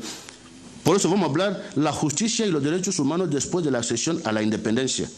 Según Kenichi Ohmae, que es uno de los principales estrategas de negocios y cooperativos del mundo, la historia escrita casi siempre depende de un sistema de fechas, una cronología de algún tipo. Esta se hace en algún acontecimiento central. Para el cristianismo, ese acontecimiento fue la fecha de nacimiento del Salvador de los cristianos, Jesucristo. La historia quedó dividida por este punto decisivo en acontecimientos que ocurrieron antes de este y se fecharon como antes de Cristo, y los que tuvieron lugar después de este, los cuales se fecharon como después de Cristo. Hablo de fechas y no de Cristo. En la historia del derecho y de la institución de la República de Guinea Ecuatorial existe un antes y después del 3 de agosto de 79. Antes de la fecha se trató de la continuación de las leyes y la justicia colonial. Solo después del 3 de agosto de 79 se echaron las bases de una política de derechos humanos y de una justicia en la República de Guinea Ecuatorial. Sin embargo, un jurista no puede acabar sin decir sin embargo. Como quiera que todo el trabajo humano es perfectible, existe todavía un largo camino por recorrer para acabar con la secuela del periodo colonial en la actual Guinea Ecuatorial. En efecto, deben seguir haciéndose esfuerzos para la creación de una administración republicana y la construcción de una identidad nacional ecuatoguineana. Lo que nosotros vamos a proponer al final es la creación de una administración republicana y la creación de las condiciones de una nación, una identidad nacional. Vamos a ver ahora el antes y después del 3 de agosto de 79 como indicador de la existencia de la justicia y de los derechos humanos en la República de Guinea Ecuatorial. Muy poco duró la alegría de los ecuatoguineanos después de su independencia de España el 12 de octubre de 1968. En efecto, apenas 5 meses después de la independencia, la República de Guinea Ecuatorial volvió a ser colonizada. Pero esta vez el colonizador no era el español, era el propio ecuatoguineano. Fue una época de negación de la justicia y de los derechos humanos. Se tuvo que esperar 11 años, esto es los acontecimientos del 3 de agosto de 79, para que la República de Guinea Ecuatorial inicie el proceso de construcción de la justicia y de respeto de los derechos humanos. Entonces, esta época se caracterizó por la inexistencia de la justicia y derecho. Cualquier investigador de la historia del derecho y de las instituciones de la República de Guinea Ecuatorial sabe que durante los principales 11 años de la independencia de la República de Guinea Ecuatorial ni hubo justicia ni existió legislación. ¿Por qué no existió justicia? Para comprender la afirmación relativa a la inexistencia de justicia durante el primer régimen de la República de Guinea Ecuatorial, debemos volver al régimen colonial y presentar sus rasgos característicos. ¿Qué es una colonia? Hemos dado la definición. Ahora, ¿cuáles son los rasgos característicos de la colonia? Vamos a volver a Rodolfo Sacco. ¿Qué dice Rodolfo Sacco? Los principios que caracterizan el régimen político colonial son los siguientes. Hay que coger cuáles son estos rasgos de la política colonial para compararlos con los nuestros, así sabremos si hemos salido completamente de la colonia. Entonces, lo que caracteriza a una colonia es lo siguiente. Primero, el principio de desigualdad. La administración, según Rodolfo Sacco, la administración europea podía tolerar los privilegios de casta o de nacimiento del derecho tradicional africano. Sin embargo, estos privilegios desaparecerían a favor del metropolitano en caso de conflicto entre un autóctono. No había igualdad. 2. La subordinación del poder civil al poder militar. Esto es colonial. Se privilegiaba ante todo la eficacia. Las necesidades de ocupación del territorio colonial y de hacer reinar el orden motivaron la primacía de los militares sobre los civiles. Cuando hay paz, los militares vuelven al campamento, los fiscales, la colonia era un régimen de excepción, tenían que pacificar, entre comillas, el territorio, por eso privilegiaban a los militares. Después del principio de desigualdad, la subordinación del poder civil al poder militar, la colonia tenía un tercer elemento, la concentración total de poderes. La potencia europea debía elegir entre la penetración bajo el prisma racionalista europeo y el respeto a la costumbre local. Según Rodolfo Sacco, la solución intermedia era la siguiente: perpetuar las estructuras de composición y de resolución de conflictos, lo cual merecían un mínimo de confianza, dejándolas operar bajo un control europeo y discreto y eficaz. Los controladores europeos debían asegurarse de que el asesino no quedara impune, ya que sería vengado o compensado por el precio de la sangre, que las ventas de esclavos no sean válidas, que los culpables no sean identificados por procedimientos mágicos. Sabrán, si cogen el derecho penal consuetudinario que existía en la colonia, había 3 delitos tradicionales: la antropofagia y la brujería. Tengo aquí un libro que detalla todos los delitos del derecho penal consuetudinario. Con el tiempo, estos controles tuvieron tendencia a ser más rigurosos y a reprimir todo lo que entraba en conflicto con la ética europea, con la razón europea y con la justicia natural europea, tal como concebida en Europa, para controlar lo que hacían los órganos africanos, muy numerosos ante una pequeña administración europea. Personales sin preparación jurídica avanzada entraban en acción. El fenómeno consistía sustancialmente en un control del poder judicial por el poder ejecutivo, monopolizado por los militares. En la colonia, no lo hemos dicho, eran los delegados de gobierno, los gobernadores y los jefes militares, los principales jueces. Y lo último en la colonia era la prohibición del pluralismo político. En las colonias, el administrador colonial era el Estado. Rendía cuenta de todo lo que hacía a los órganos del poder metropolitano. Al ministro encargado de las colonias tenía en la colonia una autoridad especial.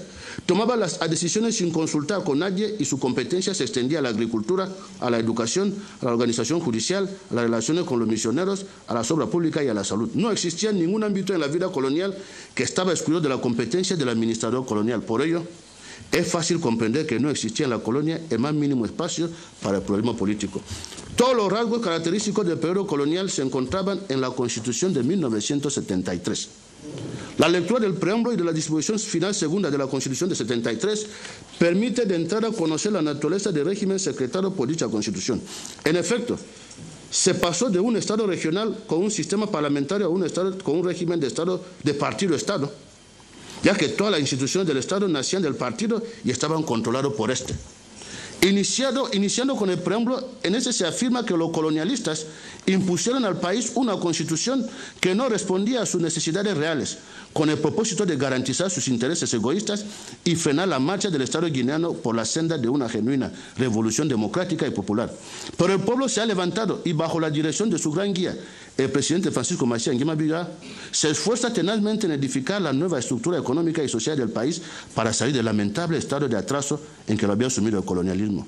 En otro apartado del preámbulo se afirma que los derechos fundamentales que la República garantiza a todos los ciudadanos guineanos le permite participar plenamente y eficazmente en la edificación del país. Perdón, disculpe, por necesidades biológicas no hace falta que pidan permiso, libremente uno puede salir.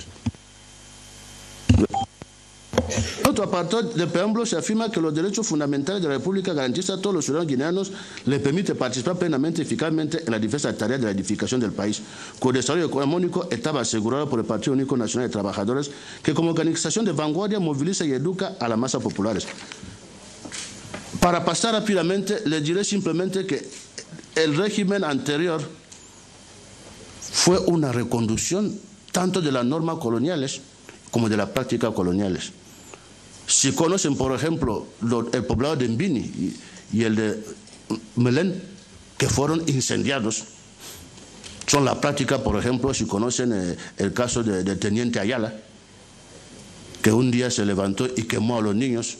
También tenemos el problema de los trabajos forzados, que hubo un decreto en el régimen pasado que tengo aquí que empleó el trabajo forzado. Entonces, el régimen era una continuación de la colonia. Ahora, si no había justicia, tampoco había legislación, porque vamos a hablar de consolidar las normas y se debe conocer el problema que tenemos con la legislación, que en la época pasada no hubo legislación.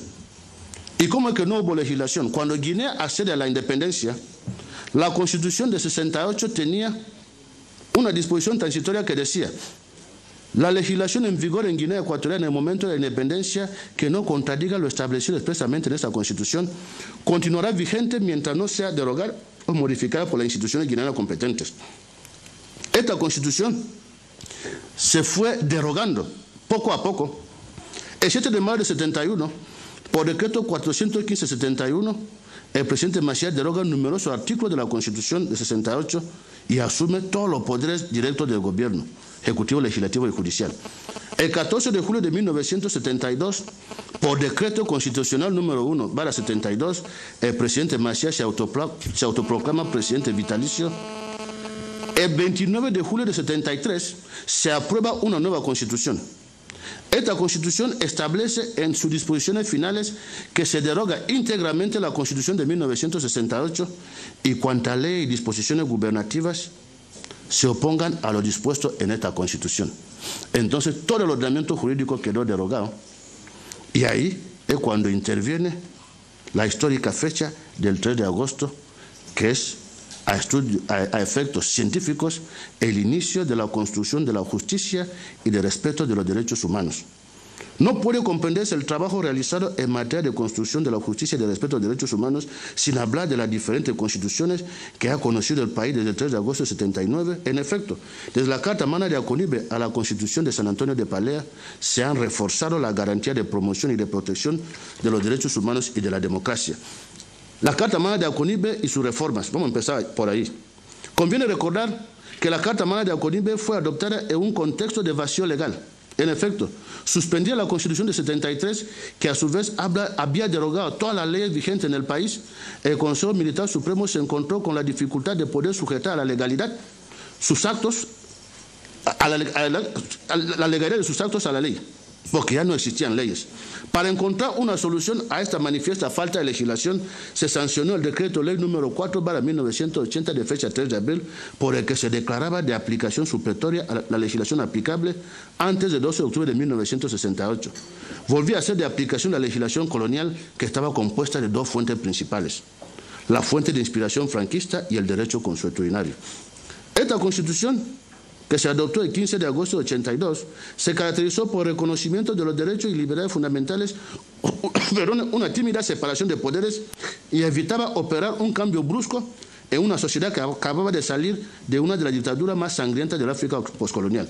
La Constitución del 15 de agosto de 82 adoptó estructura propia de un régimen democrático de corte presidencialista. Pero lo que caracteriza a la Constitución del 15 de agosto de 82 con respecto a las anteriores constituciones es que por primera vez la administración de justicia se rige en poder del Estado.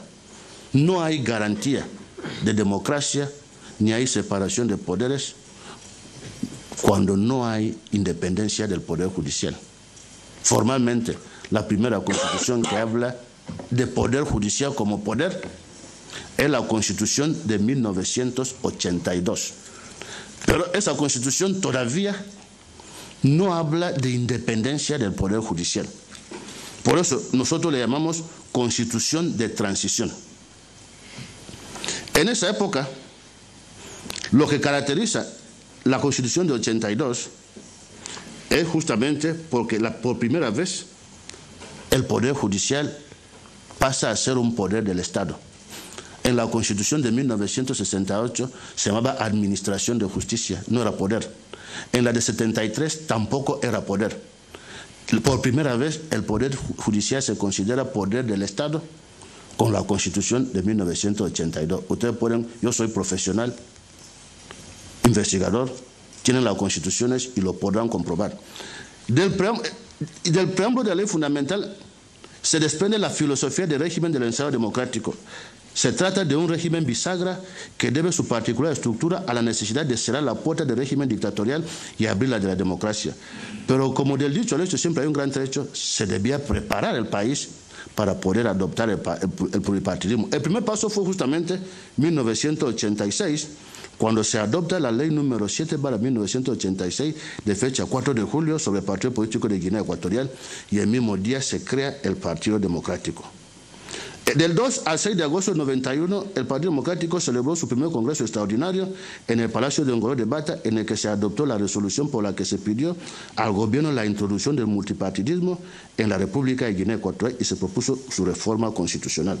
La Constitución se modificó en 1991, la primera reforma en 1991, Y ha habido muchas reformas, pero aquí nosotros, a efectos jurídicos, nos interesa la Constitución de 91 y su reforma de 1995. Se afirma que es la primera constitución verdaderamente democrática en la historia de la República de Guinea Ecuatorial, porque es la primera que habla de separación efectiva de poderes. También habla de independencia del Poder Judicial. El artículo 83 de la Ley Fundamental establece de 91 el Poder Judicial es independiente del Poder Ejecutivo y del Poder Legislativo, ejerce la función jurisdiccional del Estado. Para delimitar el ámbito de competencia del Poder Judicial, el artículo 85 de la Ley Fundamental de 1991 dice: el ejercicio de la potestad jurisdiccional en todo tipo de procesos juzgando y haciendo ejecutar a los juzgados corresponde exclusivamente a los juzgados y tribunales determinados por las leyes. En 92, después de adoptar la Constitución, se sancionaron las siguientes leyes. La ley número 2/92 de 6 de enero de amnistía. La ley número 3/1992 de 6 de enero sobre partidos políticos. La ley número 4/92 de 6 de enero sobre libertad de reunión y manifestación. La ley número 11/92 de 1 de octubre general de asociaciones. La ley número 2/1992 de 1 de octubre de sindicatos y relaciones colectivas de trabajo. Un año después se convocó una mesa de diálogo nacional entre el gobierno y todos los partidos políticos, los organismos no gubernamentales y la sociedad civil. Se firmó de ese modo el 18 de marzo de 93 el Pacto Nacional Vinculante. En el año 95 se procedió a la reforma de la Ley Fundamental de 91 y se reforzó la independencia del Poder Judicial con la creación del Consejo Superior del Poder Judicial. El artículo 98 de la reforma de 95 dice que el Consejo Superior es el órgano del gobierno del Poder Judicial. La reforma de la Ley Fundamental de 95 crea un tribunal constitucional competente, entre otras materias, de recursos de amparo contra las disposiciones y actos que violan los derechos y libertades reconocidos en la Ley Fundamental. El mismo año 95 se sanciona y se publican las siguientes leyes. La ley número 8/95 de 9 de enero sobre financiación de los partidos políticos. La ley número 17/95 de 11 de octubre de protección civil del derecho al honor y a la buena reputación. La ley número 18/1995 de 11 de octubre por la que se regula el procedimiento del habeas corpus en Guinea Ecuatorial. En materia de libertad de expresión y de información se publicó en el año 97 la ley número 6/97 de 30 de mayo de prensa, imprenta y medios audiovisuales.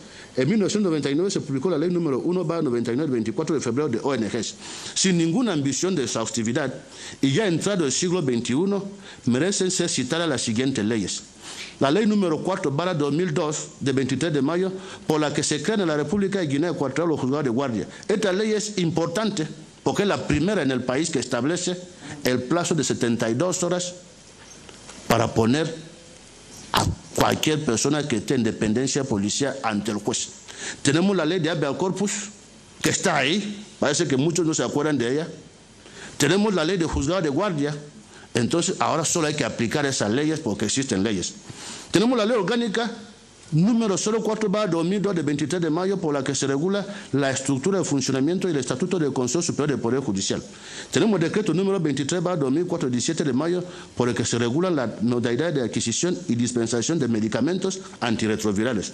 Decreto ley de 2004 de fecha 5 de febrero sobre ética y dignidad en el ejercicio de la función pública. La ley número 1/2004 de 14 de septiembre sobre tráfico ilícito de inmigrantes y trata de personas. La ley número 3/2005 de fecha 9 de mayo sobre la prevención y la lucha contra las infecciones de transmisión sexual, VIH-Sida, y la defensa de los derechos humanos de las personas afectadas. Ley número 6/2006 de fecha 2 de noviembre sobre la prevención y represión de la tortura. Solo cito las leyes que tienen que ver con mi ponencia: los derechos y libertad y la consolidación de la justicia y los derechos humanos. De esta forma, después de 20 años de aplicación de la primera Constitución Democrática de 91, llegamos al año 2011 y a lo que llamo en doctrina la Carta Magna de San Antonio de Palea. Para medir el alcance de la reforma de la Ley Fundamental de 2011 debe comentarse su preámbulo. En efecto, el preámbulo de una Constitución reviste particular importancia, ya que su configuración como norma suprema del ordenamiento jurídico ha supuesto, en buena lógica, que el denominado bloque de la constitucionalidad cobre en la actualidad verdadera carta de naturaleza, al exigirse en coherencia con la supremacía de la Constitución el control de la constitucionalidad de las leyes, la cual no podrán en ningún caso vulnerar la norma fundamental. El preámbulo de la Constitución remite a la Declaración Universal de los Derechos Humanos. Me van a perdonar como técnico, si cogen el preámbulo hay un pequeño error material. Pone declaración del 10 de octubre de de 1948 es del 10 de diciembre. Está ahí en la Constitución.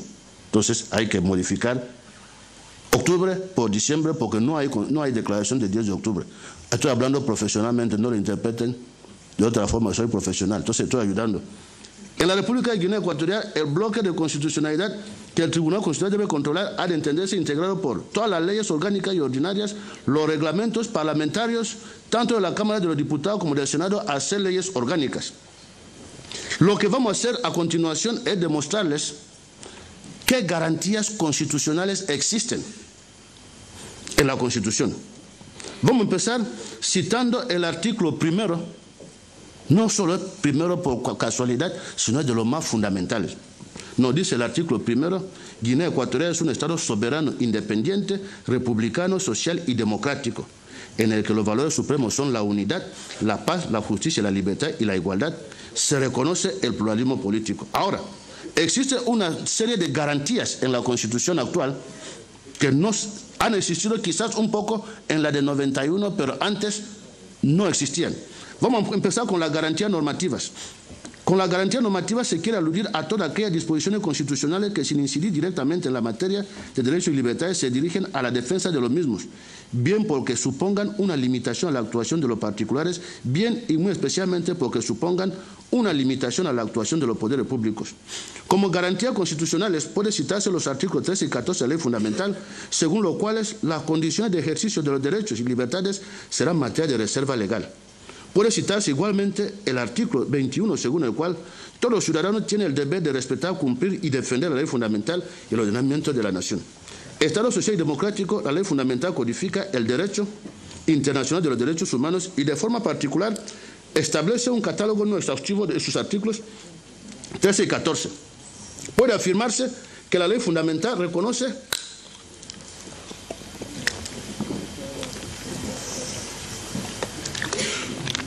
Perdonen, tenía un poco de sed. La ley fundamental reconoce 3 generaciones de derechos humanos, aunque nosotros personalmente dudamos, y lo explicaré por qué, que no existe en la ley fundamental lo que empieza a llamarse derechos humanos de la 4ª generación. La primera generación de derechos humanos es relativa a los derechos civiles y políticos, tales como el derecho a la vida, a la libertad, a la seguridad y a la propiedad, así como el derecho al sufragio activo y pasivo. Entre los derechos de la primera generación cabe citar por su importancia el derecho a un juicio justo. Es también de suma importancia la prohibición de cualquier forma de discriminación. Sin ninguna ambición de exhaustividad, citaremos por último el derecho a la libertad de circulación y residencia. La segunda generación de los derechos humanos se refiere a los derechos económicos, sociales y culturales. Los derechos económicos, sociales y culturales son aquellos que posibilitan un nivel de vida adecuado para las personas. Cubren las siguientes áreas: la igualdad entre hombres y mujeres, artículos 5, 6 y 13 de la Ley Fundamental. La accesibilidad y las condiciones de empleo, artículos 5D y 26. El derecho a crear sindicatos, artículo 11 de la Ley Fundamental. La seguridad social, la prioridad a la familia y a la protección especial a los niños, artículos 22 y 23. El disfrute de la cultura, artículos 5F y 6. La alimentación, la vivienda, la educación, la salud física y mental, el medio ambiente sano. Por derechos humanos de 3ª generación, entendemos el derecho a la libre determinación, el derecho a los pueblos, a la soberanía permanente sobre sus recursos naturales y el derecho a la paz. Se incluye también en la 3ª generación el derecho al desarrollo y a la seguridad alimentaria. El derecho a la libre determinación y el de los pueblos a la soberanía permanente sobre sus recursos naturales resulta del numeral 2 del artículo 3 de nuestra ley fundamental, que dice: sobre su territorio el Estado ejerce plenamente su soberanía y puede explotar de manera exclusiva todos los recursos y riquezas minerales y los hidrocarburos. Por su parte, el derecho a la paz resulta de las estipulaciones del artículo 17 de la Ley Fundamental, según las cuales todo ciudadano tiene el derecho y el deber de vivir pacíficamente en la República de Guinea Ecuatorial, respetar los derechos de los demás y contribuir a la formación de una sociedad justa, fraterna y solidaria. Para mí es el mejor artículo de nuestra Ley Fundamental. Todo ciudadano tiene el derecho y el deber de vivir pacíficamente en la República de Guinea Ecuatorial, respetar los derechos de los demás y contribuir a la formación de una sociedad justa, fraterna y solidaria. Si aplicamos todo ese artículo, estaremos bien. El derecho a la paz es pues un nuevo derecho humano que se ubica entre los denominados derechos de la 3ª generación o derechos de la solidaridad. En África, El derecho a la paz viene consagrado en el artículo 23 de la Carta Africana de los Derechos Humanos y de los Pueblos, que estipula: todos los pueblos tendrán derecho a la paz y a la seguridad nacional e internacional. Concluyendo con el derecho humano a la paz, debe señalarse que, como cualquier derecho de la tercera generación, se trata de un derecho a la vez individual y colectivo, cuyos titulares son los individuos, los estados, los pueblos y la humanidad en su conjunto. Con respecto al derecho al desarrollo, se trata de una aportación senegalesa y africana al derecho internacional de los derechos humanos. Según Facha Ugergus, la expresión derecho al desarrollo fue pronunciada por primera vez en Argel en octubre de 1967 en la Conferencia Económica de los 77. Doudou Thiam, entonces ministro senegalés de Asuntos Exteriores, afirmó, cito: se trata de denunciar el viejo pacto colonial, ya que la situación actual no es más que su continuación. Sustituirlo por un nuevo derecho. De la misma manera que se ha proclamado en las naciones desarrolladas para los individuos el derecho a la instrucción, a la salud, al trabajo, debemos proclamar aquí, en voz alta, para la nación del tercer mundo, el derecho al desarrollo. Sería, sin embargo, después de la lección impartida por otro senegalés, Ejueke Bambay, en 1972, en el Instituto Internacional de Derechos Humanos, cuando el derecho al desarrollo despertaría el interés del mundo académico y político. El derecho al desarrollo fue reconocido por las Naciones Unidas con la declaración adoptada mediante resolución 41/128 de la Asamblea General de las Naciones Unidas de 4 de diciembre de 1986. En esta declaración, tras definir en qué consiste el desarrollo en su preámbulo como un proceso económico, social y cultural y política global que tiende al mejoramiento constante del bienestar de toda la población y de todos los individuos sobre la base de su bienestar, de su participación activa, libre y significativa del desarrollo y en la distribución justa de los beneficios que de él se derivan. En su primer artículo se reconoce el derecho al desarrollo como un derecho humano inalienable tanto de los individuos como de los pueblos. Estados Unidos fue el único país que votó en contra, como siempre, alegando en su explicación del voto el carácter confuso e impreciso de la declaración, el vínculo que establecía entre el desarrollo y desarme y la idea que el desarrollo exigía la transferencia de recursos del norte desarrollado hacia el sur subdesarrollado.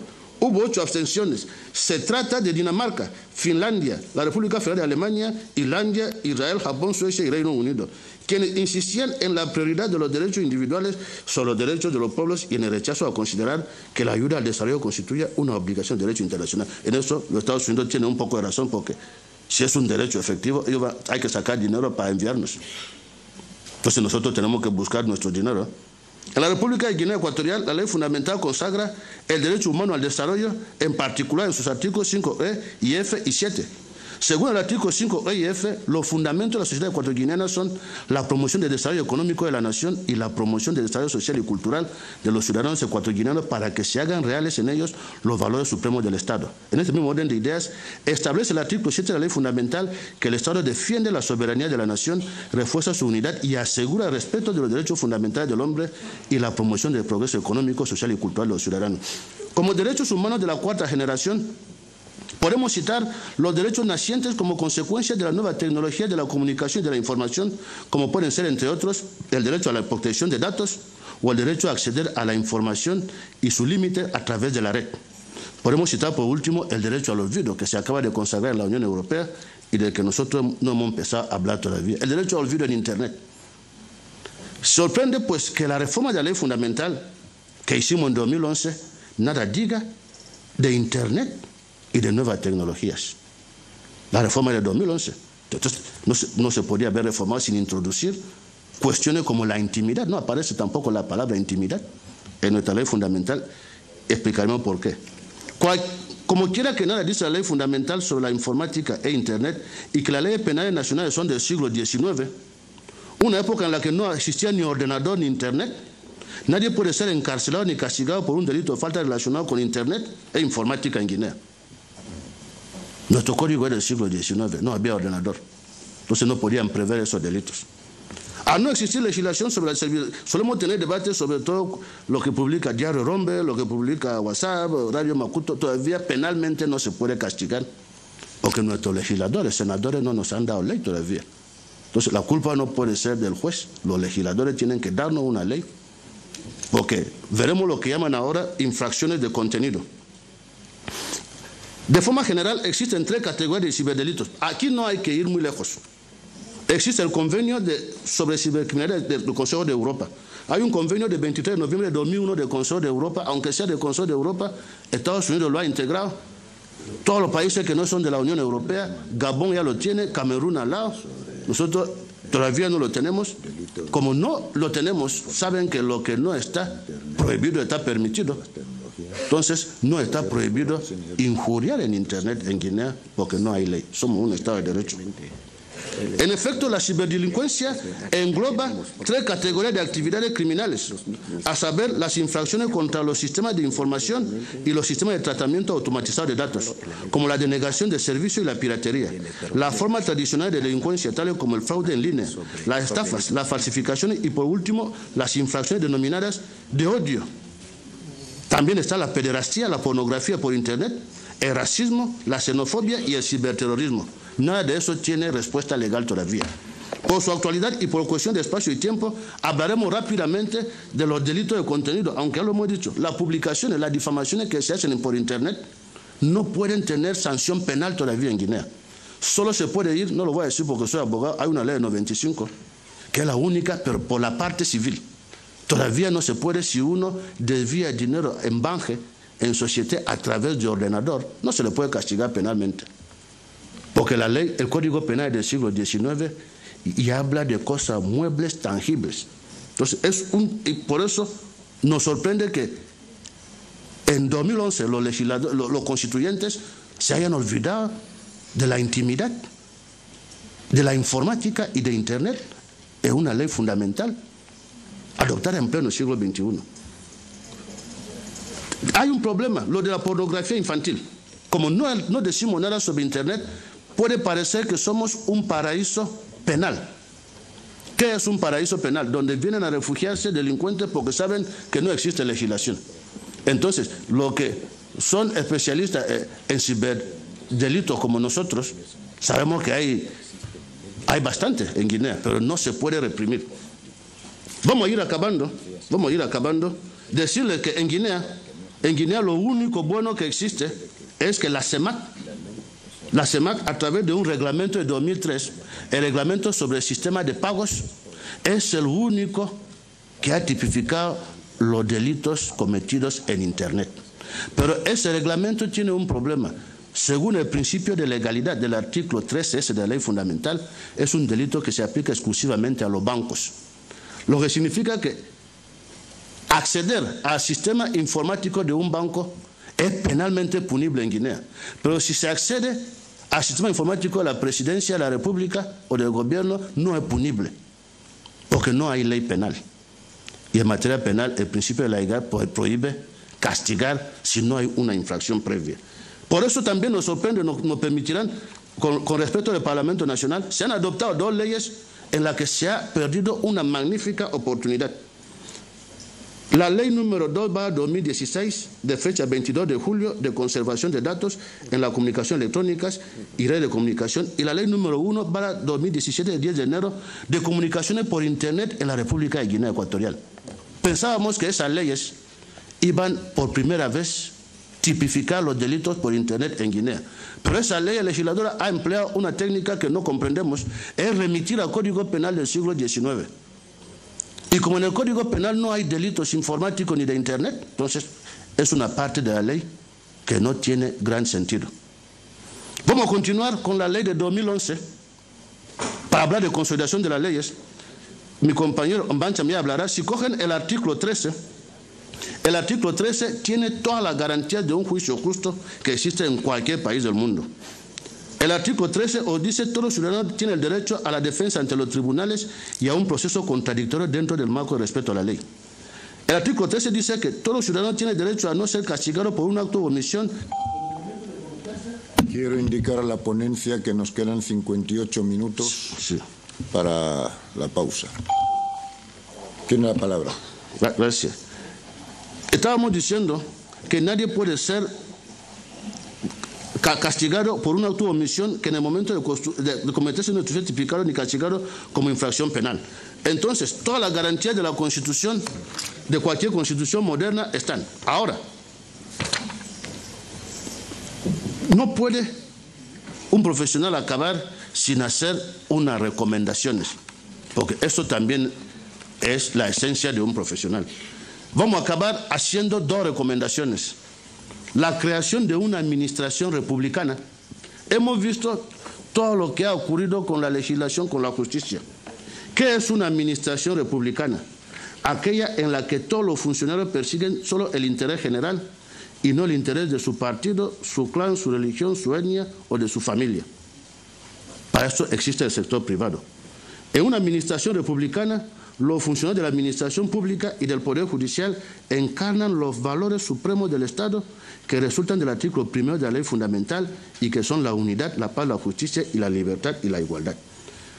Para crear una administración republicana, la primera idea, lo que se hace es la creación de un cuerpo de administradores civiles del Estado, lo que significa que los altos funcionarios, los gobernadores, los delegados, los altos ejecutivos militares tienen que pasar por una escuela de administración, como mínimo 2 años de formación, así sabrán lo que es un Estado, lo que es una nación, y justamente se le podrá formar en derechos humanos. Lo mismo ocurre con los comisarios de policía, las escuelas de formación de militares. Solo de esta forma se puede hacer arraigar el espíritu republicano, es decir, que somos todos iguales ante la ley. Una vez que se tenga el cuerpo de administradores civiles del Estado, que no tenemos en Camerún y Gabón, existe, y hemos visto que en la época colonial, a diferencia de Francia, Inglaterra, no existió una administración colonial. No es que la colonización francesa o inglesa era mejor que la española, todas las colonizaciones son iguales, denigran al ser humano, pero los administradores ingleses, franceses de las colonias pasaban por la escuela de administración colonial. Por eso nuestros vecinos tienen la experiencia del funcionamiento de la administración. Nosotros no tenemos un cuerpo de administradores civiles a los que se enseñe los valores supremos del Estado. Esta es la primera modesta aportación, porque cuando hay un cuerpo de administradores civiles, se respetan, por ejemplo, el acceso al empleo público. Para el acceso al empleo público automáticamente sería el concurso oposición, tanto para los jueces como para los funcionarios civiles del Estado. La misma ley de funcionarios del Estado, ¿qué es lo que nos dice? Dice que cuando las plazas no se pueden cubrir con el personal existente, normalmente se debe organizar un concurso de oposición para invitar a la gente de fuera. Voy a ir directamente a la Administración de Justicia, diciendo que la Administración de Justicia existe en todos los textos. La Ley Orgánica del Poder Judicial nos dice cómo se tienen que seleccionar. Los jueces no se nombran, se les selecciona. La Ley del Consejo Superior del Poder Judicial establece el concurso de oposición como modalidad de selección. Entonces, la única reforma que se tiene que hacer es aplicar los textos existentes, porque es peligroso que los jueces y los funcionarios entren a trabajar en la administración sin pasar por una formación de 2 años, que es la reglamentaria a nivel de derecho comparado. La justicia tiene otros problemas. No existen muchas leyes que permitan a los jueces trabajar. Si cogen, por ejemplo, los juzgados de familia y tutelares de menores, no existe todavía ley de familia en Guinea. No existe ley de divorcio en Guinea. Entonces, los jueces de familia no tienen instrumento, ni tienen ley sustantiva, ni tienen ley procesal. El único código que falta es el Código de la Familia. ¿Por qué? Porque en la independencia había derecho civil consuetudinario que se aplicaba a la mayoría. Entonces, solo nos falta, los demás códigos existen. Lo que hay que hacer con los demás códigos es actualizarlos. Ahora bien, ¿qué es lo que debe hacerse para que toda esa normativa sea efectivamente aplicable? Hay que crear las condiciones de un Estado. ¿Cuáles son las condiciones de un Estado un Estado-nación donde todo guineano en cualquier lugar donde se encuentre se sienta hermano del otro. Yo siempre cojo a título de ejemplo el caso de Israel. Para Israel, crear una nación es un proyecto educativo. El sistema educativo es fundamental. ¿Cuáles son los valores de nuestro sistema educativo para la creación de una nación? Dicho esto, señores, es un trabajo de investigación que hemos tenido el honor de presentarles, diciéndoles solamente que el problema actual de la consolidación de la justicia y de las normas es, en primer lugar, conocer el ordenamiento. Para conocer el ordenamiento hay que formar a los jueces, hay que formar a los abogados, hay que formar a los gobernadores, hay que formar a los comisarios de policía, hay que formar a los agentes de orden, porque nadie puede dar lo que no tiene.